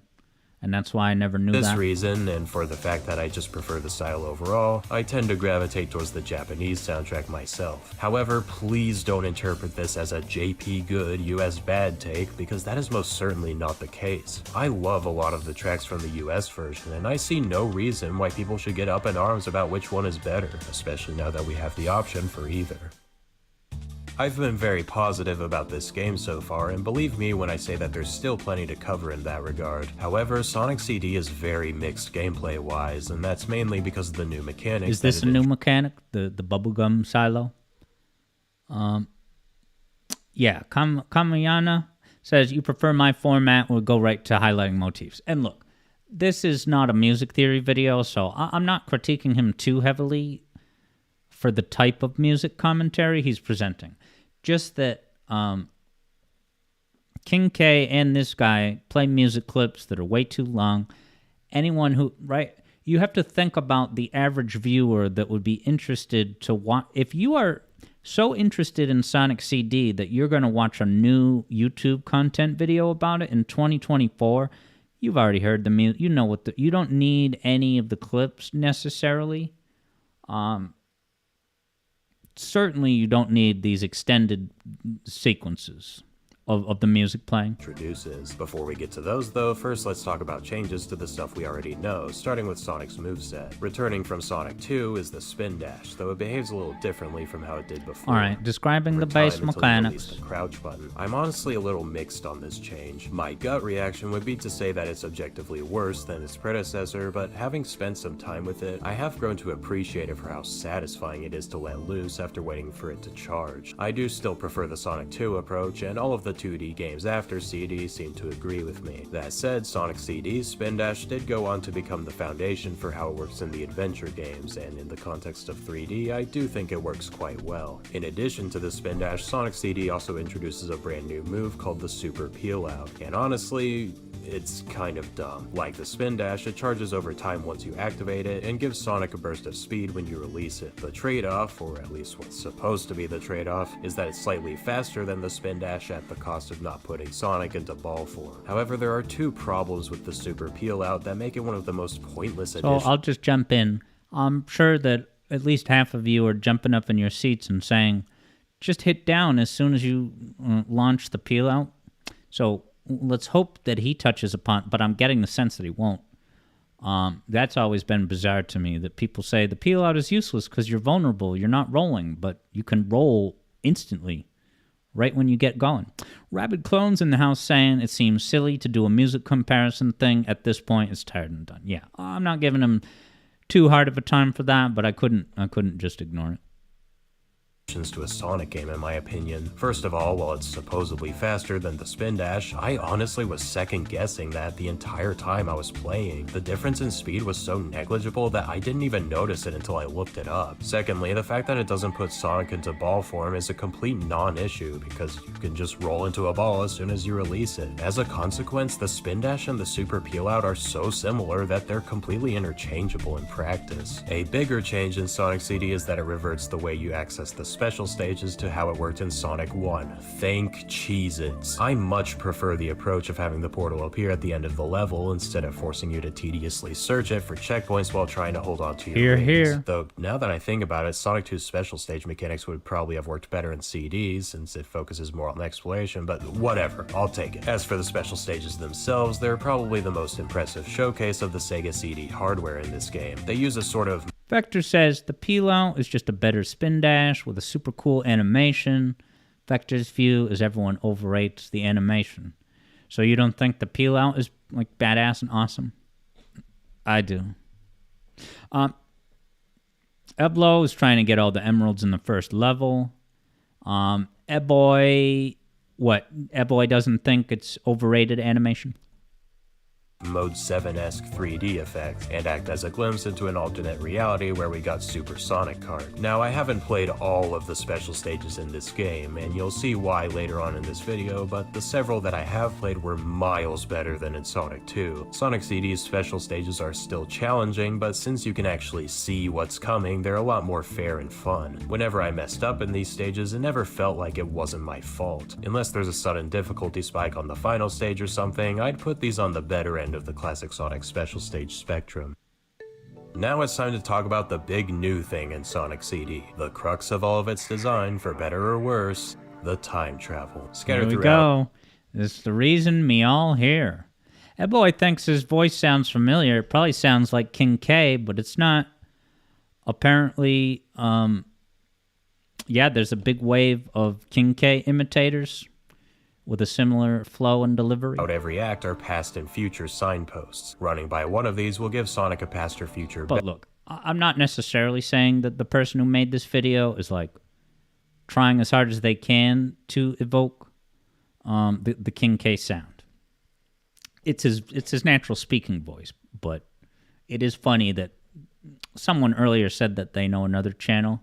And yeah, boy, that info is on screen before your very eyes. Badge respectfully, and if you build up enough speed with one of these, he'll travel to that point in time, get hit, run into a wall, or otherwise lose your speed, and you'll have to find another signpost. So what's the point of the time travel? Well, without spoiling too much, the ending of the game will change depending on whether or not you manage to get a good future in every zone. There are two ways to accomplish this, using time travel or completing all of the special stages to collect the time stones. For the time being though, let's just focus on time travel. To get a good future in an act, you have to warp to the past, destroy the robot generator, then finish the level as normal. Since you only need to go to the past, the future posts act more as obstacles than as tools, though if you have some time to kill after destroying the generator, you could try to use it to see the good future that you've created. In theory, this is a pretty solid gameplay loop. When you're trying to go to the past, you're looking for an optimal place to build up and maintain speed. But if you accidentally run into a future post, you suddenly have to do the opposite. The future badge is a brilliant main stress motivator because while you're still looking for a place where you can build up enough speed, it's now with the intent of canceling it out at the last second to get rid of the Could have just kept bouncing on the springs, right? badge. However, it's also very possible that this mechanic could get tedious. If the level design is too speed-oriented, the player could end up constantly going back and forth through time, having to search for another pass signpost every time. On the other hand, though... Wait, what is happening? You keep going back and forth in time? Like, what is causing that? This could be touching upon the Pariah 695 nonsense where in one breath he says that, yeah, sometimes, you're doing a travel and then there's some obstacle. There's nothing you could have done. But then other times he travels by accident and he can't stop it. And there's nothing he can do to help it. So, yeah. You guys saw me play the game today, and I didn't time travel once by accident. And listen, if you played this game, 3 times on one machine and then 2 times in Origins? Yeah, if you're talking about the first 5 playthroughs, you bet those are going to be the 5 playthroughs that have the most errors of that sort. But I also perfectly well think it's fair to say that even when you're brand spanking new to Sonic CD, I think the biggest thing that the game is asking you to do is they are saying, first goal, find a pass sign. Second goal, now you have to locate an area that is safe to travel. I'm getting the sense that this content creator is not really thinking about where he's running. He's just saying, oh, this looks like a straightaway. Let me start running here, and I'll react on the fly to what... No.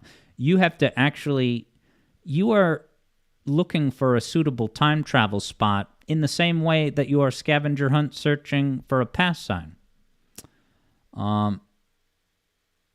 JJ time travels by accident in Wacky Workbench a lot, for what it's worth. And look, it is Wacky Workbench. If there's any level that's going to, randomly throw you off path, that's probably the one. And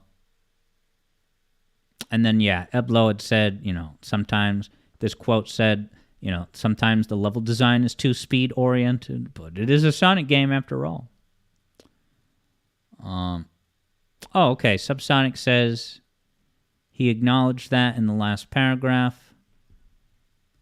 Because so if he acknowledged that, for a place where you can build up enough speed, yeah, you're looking for a place where you can build up enough speed. It's now with the intent of canceling it out at the last second to get rid of the badge. However, it's also very possible that this... I just don't understand how both things could be true. If he is scouting out a place to travel, then how is he getting surprised by phantom future signs? Mechanic could get tedious. If the level design is too speed-oriented, the player could end up constantly going... See, that also, I don't understand how a speed-oriented level design is going to end up in constant, I guess, accidental time travels. Yeah, now Eblo didn't know that the time travel sparkle gives you invincibility. Yeah, so while you're sparkling, you can just run through enemies like no problem. Like, you think about that level, that flat area in Quartz Quadrant. Once you get your sparkles going, you just plow through each of those badniks that are sitting ducks. Going back and forth through time, having to search for another pass signpost every time. On the other hand, though, if the level design is too compact, it could lose the unique appeal that classic Sonic levels have. With that in mind, then, let's see how well Sonic CD's levels complement this mechanic. Sonic's first outing on the Genesis had quite varied level designs, sometimes focusing on speed, while other times focusing on exploration and platforming. Sonic 1 has exploration? Vector Sater says he means automation. Lots of places you can get tossed around without being able to stop yourself. Right, but that's user error. If you go into a long tube with a time travel sign, you're just asking for it.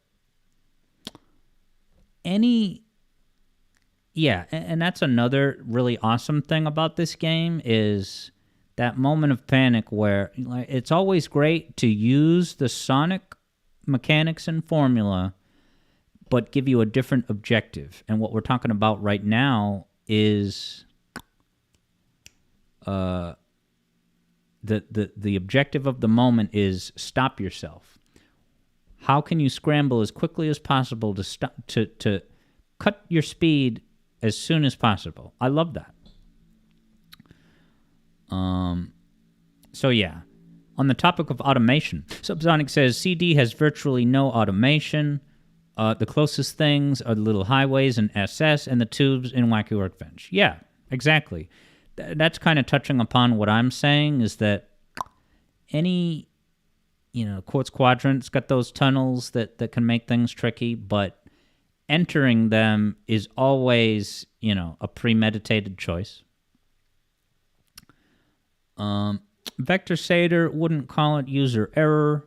Few appreciate getting basically punished in the way that I described.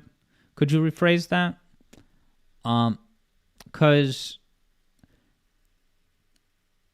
knowledge of the level is definitely going to play a big deal, right? I was able to avoid really time travel errors today because I know the game up and down. In my first several playthroughs, yeah, I was scouting a place and sometimes things would go wrong, but it was, those times where I traveled by accident, that was usually kind of a lesson that I then kept forever. Subsonic says it's clever design. The spectacle moments are there, but the challenge is interacting with them correctly.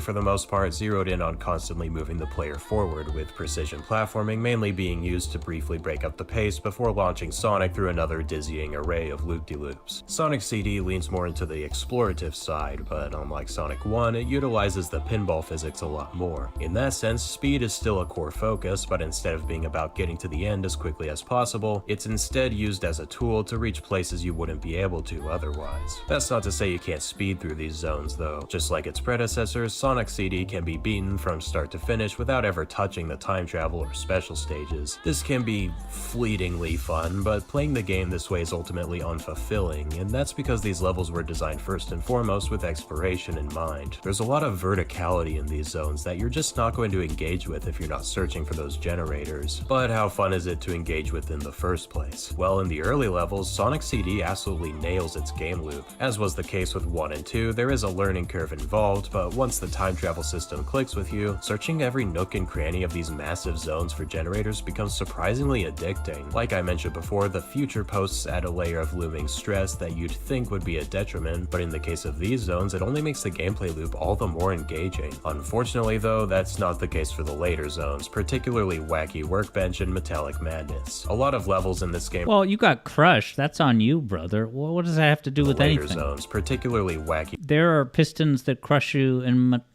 Metropolis Zone and Sonic 2. What's the point? Subsonic says a very similar type of game is Knights. The spectacle moments will hold you hostage and waste your time if you interact with them thoughtlessly. Is that like the Crash Bandicoot camera behind you when you're swimming like a dolphin? Vector Sater says the thing about modern gaming is that knowledge of the level is never required. Game needs to be forgiving enough to let you react to everything and know ahead of time if you're making a mistake, which CD does not do. Yeah, I mean, you can— what was this? Maybe I saw Some Call Me Johnny say he would always reset if he traveled by accident. Yeah, and Vector Sater is, of course, playing devil's advocate.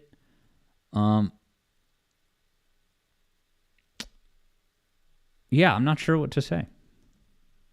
Workbench and Metallic Madness. A lot of levels in this game are designed to bounce you around a lot to build up speed, but Wacky Workbench takes this idea way too far, with these floor panels that launch you up into the sky, making the lower areas absolutely miserable to search. As for Metallic Madness, its main issue is how its different areas are segmented by these tubes, making it needlessly confusing. Alright, so I know I've said it before about Wacky Workbench.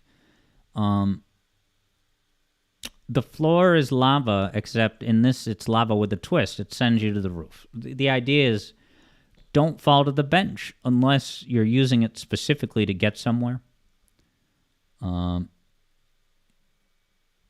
Takes this idea way too far, with these floor panels that launch you up into the sky, making the lower areas absolutely miserable to search. As for Metallic Madness, its main issue is how its different areas are segmented by these tubes, making it needlessly confusing. And as an extra middle finger, there are spikes all over the place. Levels like these not only— And look, there's a lot of troll, screw you, player one moments in Metallic Madness. I'll never forget the classic stream where there was a wager on the line, and there was just a spring going up, and it led me to spikes on the ceiling directly above it that you couldn't see. Eblo has a bit about which YouTuber's opinion you should be making into your own. Only makes searching for Because you don't want to have to play the game to make your own opinion in this bit. Generators miserable. They're also the main reason why going the special stage route is not my preferred method of 100%ing the game. Good luck trying to hang onto your rings when the levels are constantly bouncing you around like this. Yeah, let's see what happens. Trying to hang The special stage route is not my preferred method of 100%ing the game. Good luck trying to hang onto your rings when the levels are constantly bouncing you around like this. So he jumped out of that under area. With all this said, I don't know if it's even possible to jump on the platforms from there. Going the special stage route is not my that preferred would be method of what to 100%ing the game. Good luck trying to hang on.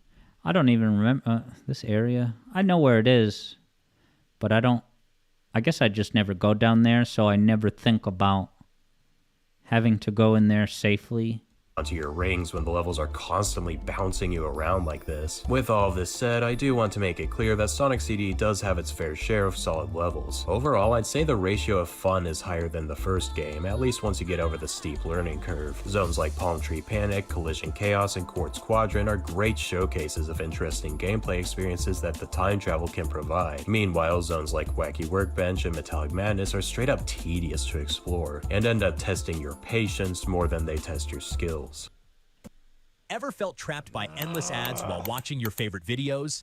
Yeah, because I don't use ad blocker. And say goodbye Dude, to this ad is on interruptions. YouTube. It's an ad for ad blockers. With the main levels covered, let's finally talk about the bosses. Sonic 1 and 2's bosses made use of its simple design philosophy. There's no limit to how many times you can hit the boss while it's vulnerable, only the amount of time that it is. The reason this works Such irony indeed.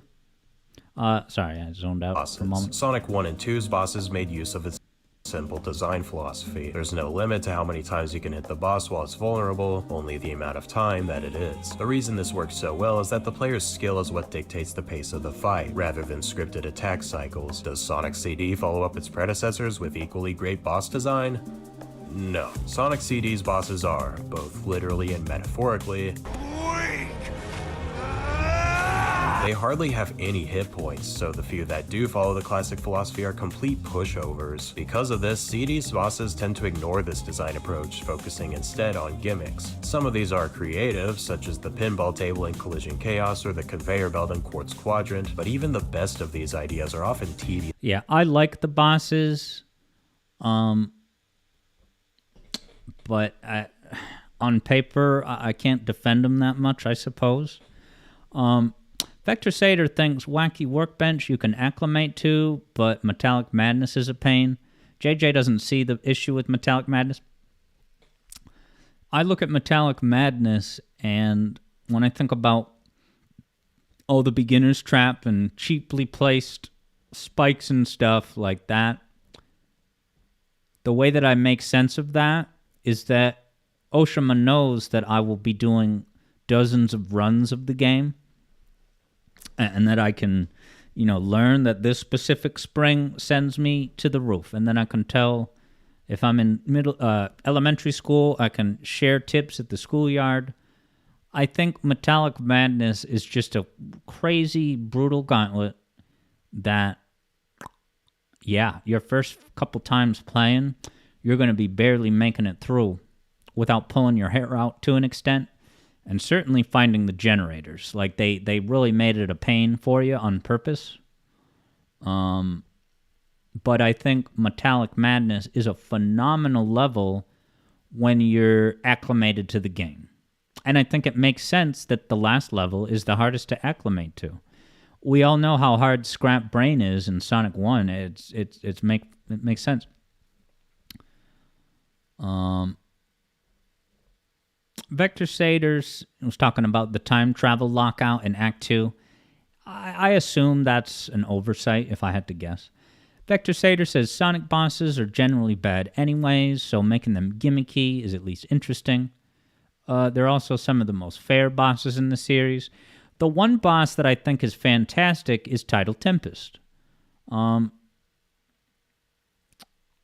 But yeah, the rest are, I guess, all kind of gimmicky. The Metal Sonic race is great, but Eblo gave up on biking after falling over once. Subsonic says, all these stages are so open that you can pretty much navigate them however you want with practice. It's very different from 1 and 2 in that way. Yeah, and I'm not, well... And then Eboy says, CD's bosses are okay, you wouldn't say Sonic bosses are bad. In terms of Sonic bosses stacking up against Dark Souls, yeah, I don't know. I don't know exactly how to phrase it, but yeah, Sonic bosses are weaker than your average video game boss. They're very perfect and memorable and lovable for the all the different wacky contraptions that Robotnik made, but and the fact that they're relevant to the level that you're playing it in. But as far as mechanically what you're doing gameplay wise, yeah, now JJ is saying, hang on, you can always backtrack in any CD stage, right? Subsonic probably has the exact details on this. I think in the original CD93, the original game, there was, oh, you're talking about Tidal Tempest 2. That I don't know about. I'll be curious, what era was it? Was that present or past? Yeah, I don't think there's a Tidal Tempest, but it could be. Yeah, Eblo says, Sonic bosses don't hold a candle to Mario bosses. Just look at Mario Wonder's diverse array of boss fights. Bowser Jr., Junior Bowser, Bowser shows up. In practice. The undisputed high point of the game's bosses is Metal Sonic, because instead of fighting him, you're racing him. This is a really cool moment, but even this isn't safe from Sonic CD's strange design choices. Why can Metal hit me and slow me down, but I can't do the same to him? And how did Metallic Madness's obsession with Spike spread into Stardust Speedway? Unfortunately, while many of them are creative in concept, the bosses in Sonic CD ultimately fall short of the ones in Sonic 1 and 2. With that in mind, let's move on to the final boss. Spoiler alert, skip here if you don't want to see him. The final boss is okay, I guess. According to this random guide I found on YouTube, you're supposed to sit in a corner for like 5 hours while waiting for an opening, but since Sonic CD is merciful enough to give you rings, it's pretty easy to just tank your way through it and get it over with. After Eggman is defeated, Sonic escapes with Amy as the Mad Doctor's base crumbles. If you get the bad ending, Eggman supposedly escapes with the Time Stones, though not sure if he's going to be doing anything with them anytime soon. If you get the good ending, Little Planet is not only freed from its shackles, it also disappears, presumably returning to its right. Alright, we know the credits what roll. the deal is. Credits roll. That often feels at odds with its. Sonic CD is a bizarre hodgepodge of a game that often feels at odds with itself, but even so, I can't help but love it. There's plenty of things I would change about this game: the pointless super peel-out move, the underwhelming any % experience, and especially the awful later levels that turn the time travel from a satisfying mechanic to a frustrating one. But Sonic CD has so much going for it too. The visuals are delightfully vibrant and surreal, the soundtrack is amazing regardless of region, and the time travel and focus on exploration were incredible ideas that I'd love to see revisited someday. Sonic CD is far from the best classic Sonic game, but even with all of its flaws, it's still absolutely worth experiencing. Alright. If you So, I think a lot of this comes down to, I guess, playing the game only 5 times, then, yeah, those moments where you time travel by accident, I look back, when I think about my first few playthroughs, I thought that was very memorable. Being like, okay, I wasn't being careful about my speed, and then I hit this future sign. You know, there are,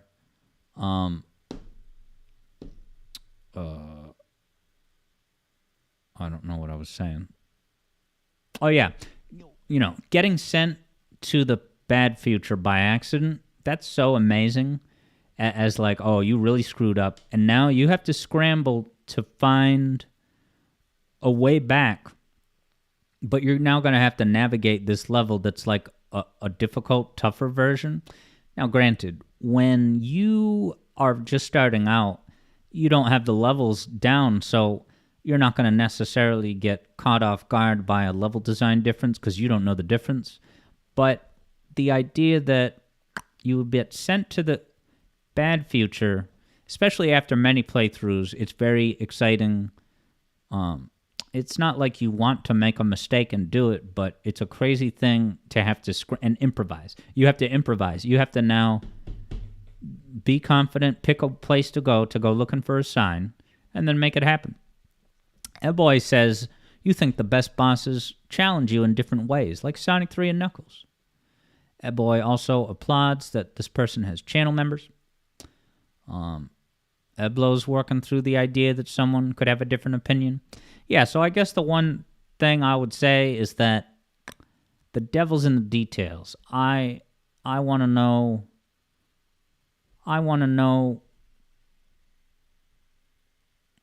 What did those sessions look like when you were supposedly traveling back and forth through time? I totally get that when you're first starting out, yeah, the game is going to trick you. You're going to get caught in motion sometimes, and you can't stop yourself. But I don't see that as a flaw of the game. I think that's the game's creative penalty. Instead of just you die or whatever, lose your rings, you get sent to an alternate hellscape of the level to try to get to get back.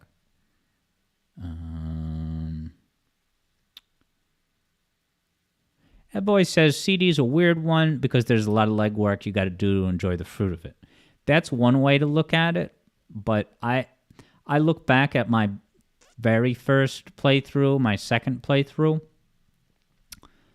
and I loved it so much, and I savored it and didn't take it for granted because I knew that once I become very familiar with the levels, I can never go back. I can only experience Sonic CD in a, exploring all these frontiers. Right? But the idea that these levels are wacky and wild and they don't have any predictable pattern, and I'm exploring around having no idea what I'm going to find, that's amazing. And this game gives you something. It's Sonic with a twist. We already have Sonic 1, 2, and 3. This is a game that came out only for an expensive console add-on, right? This is legit hardcore gaming. And you bet it's not going to instantly reveal itself on a first playthrough or a five playthroughs. I would just recommend that everyone embrace that exploratory period.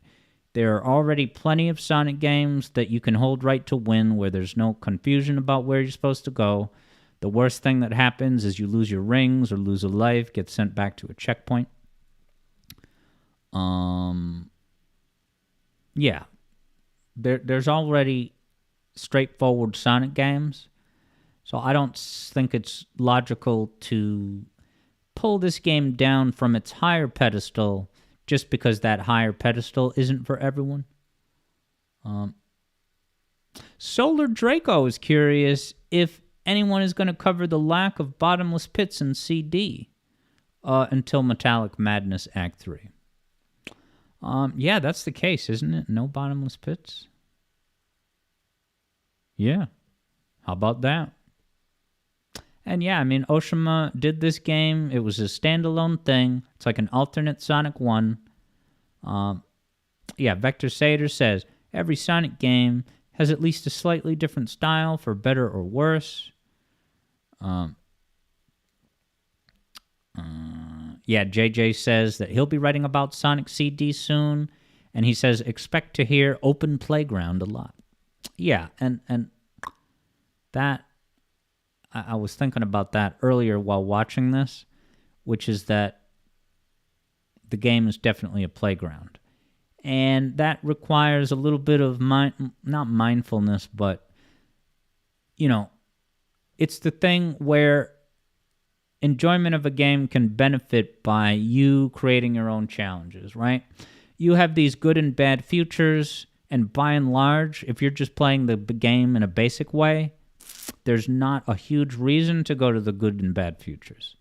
But you can, right? So the idea that I play for points, or the idea that I could play for points and say, let's go to all bad futures, right? Stuff. The game is a goldmine of being able to set up your own premises, just like you play Super Metroid. You go for any percent, you go for 100%. You can create your own criteria. And yeah, I agree with Subsonic.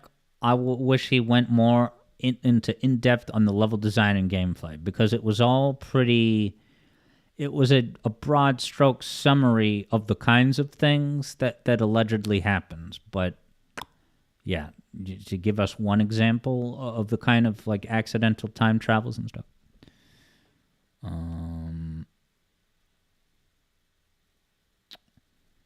Boy says, you do think there's something to be said about how the masses are not as intuitive as we... What do you mean by that? And Eboy says, most people you've seen come around to the meat of the game because they heard it from someone else. Why? Because someone gave them a quick primer of like, here's the basics of how to get the most out of Sonic CD. But JJ is one who is happy to provide insights such as that. JJ loves analyzing level design and gameplay choices. Hell yeah. Hell yeah.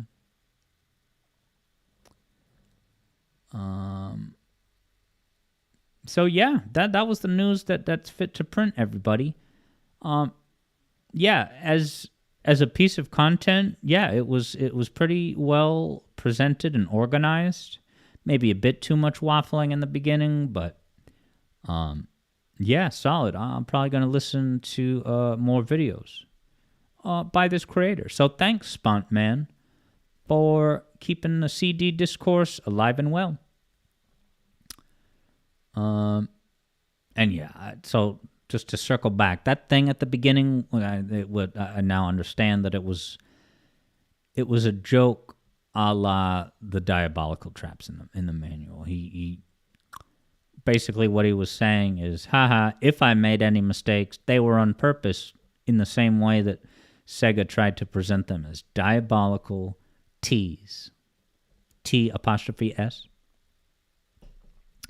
So there wasn't a big flood of traffic on the Alex. And yeah, I mean, the damn channel has been all but dormant, coming up on 2 years. I guess I shouldn't be too surprised.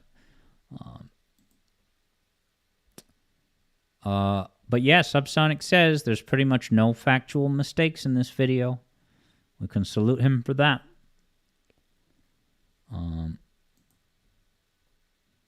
But yeah, there it is, our first simulcast. And there may be even some big ticket streams that I simulcast to the main channel. But this Saturday, I'll just say it one more time. Saturday, it's going to be at 11 a.m. Eastern, with the announcements at 12 noon Eastern. I got 2 major music theory video announcements to share with you all. It's going to be something special. I can't wait. So yeah, that's going to do it for today's stream. What a long one it was. Sonic CD streams. They go long. Be there or be square, says JJ. I can't wait. I can't wait. So yeah. Thanks everyone for hanging out, discussing this interesting stuff. JJ, have a good one. Subsonic, always a pleasure. EB Boy, I pronounced your name right. Vector Sater, have a great one. Sola Draco, glad you popped in. Third Bruno, I'll see you Friday. All right, have a good one, McMark.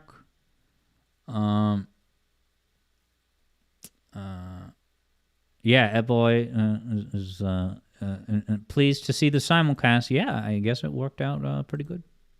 I just don't understand why every time I switch over to this window and look at it, it seems to be like significantly behind, like a heavy delay. But then if I refresh the page, then it's caught up. So I'm like, actually now, somehow now it's like 4 minutes, 5 minutes behind. How could it fall behind? And now I can skip forward. I don't know. Kind of an oddity. I don't understand. Yes, Solo Draco says, thanks for being here. Same to you. I appreciate you popping in. Yeah, and Kamayana says, thanks for the stream. Looking forward to the Saturn game project. I will tell you that the entire project is not all about Saturn games. It's just that shelf of Saturn games is one small piece of the puzzle, but it's a significant piece in my opinion. And I don't expect, if I had to guess, it was a crapshoot. I don't know if it would even be possible, even if someone bothered to try. I just put a big bounty on it because it would be really fun. Because I was like, I don't think I could make it happen to even identify one of them. But maybe someone could, so I might as well just put an implausibly big bounty on it for an implausibly difficult task.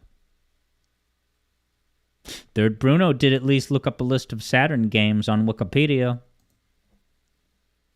Indeed. There's at least one... See, there's one spine.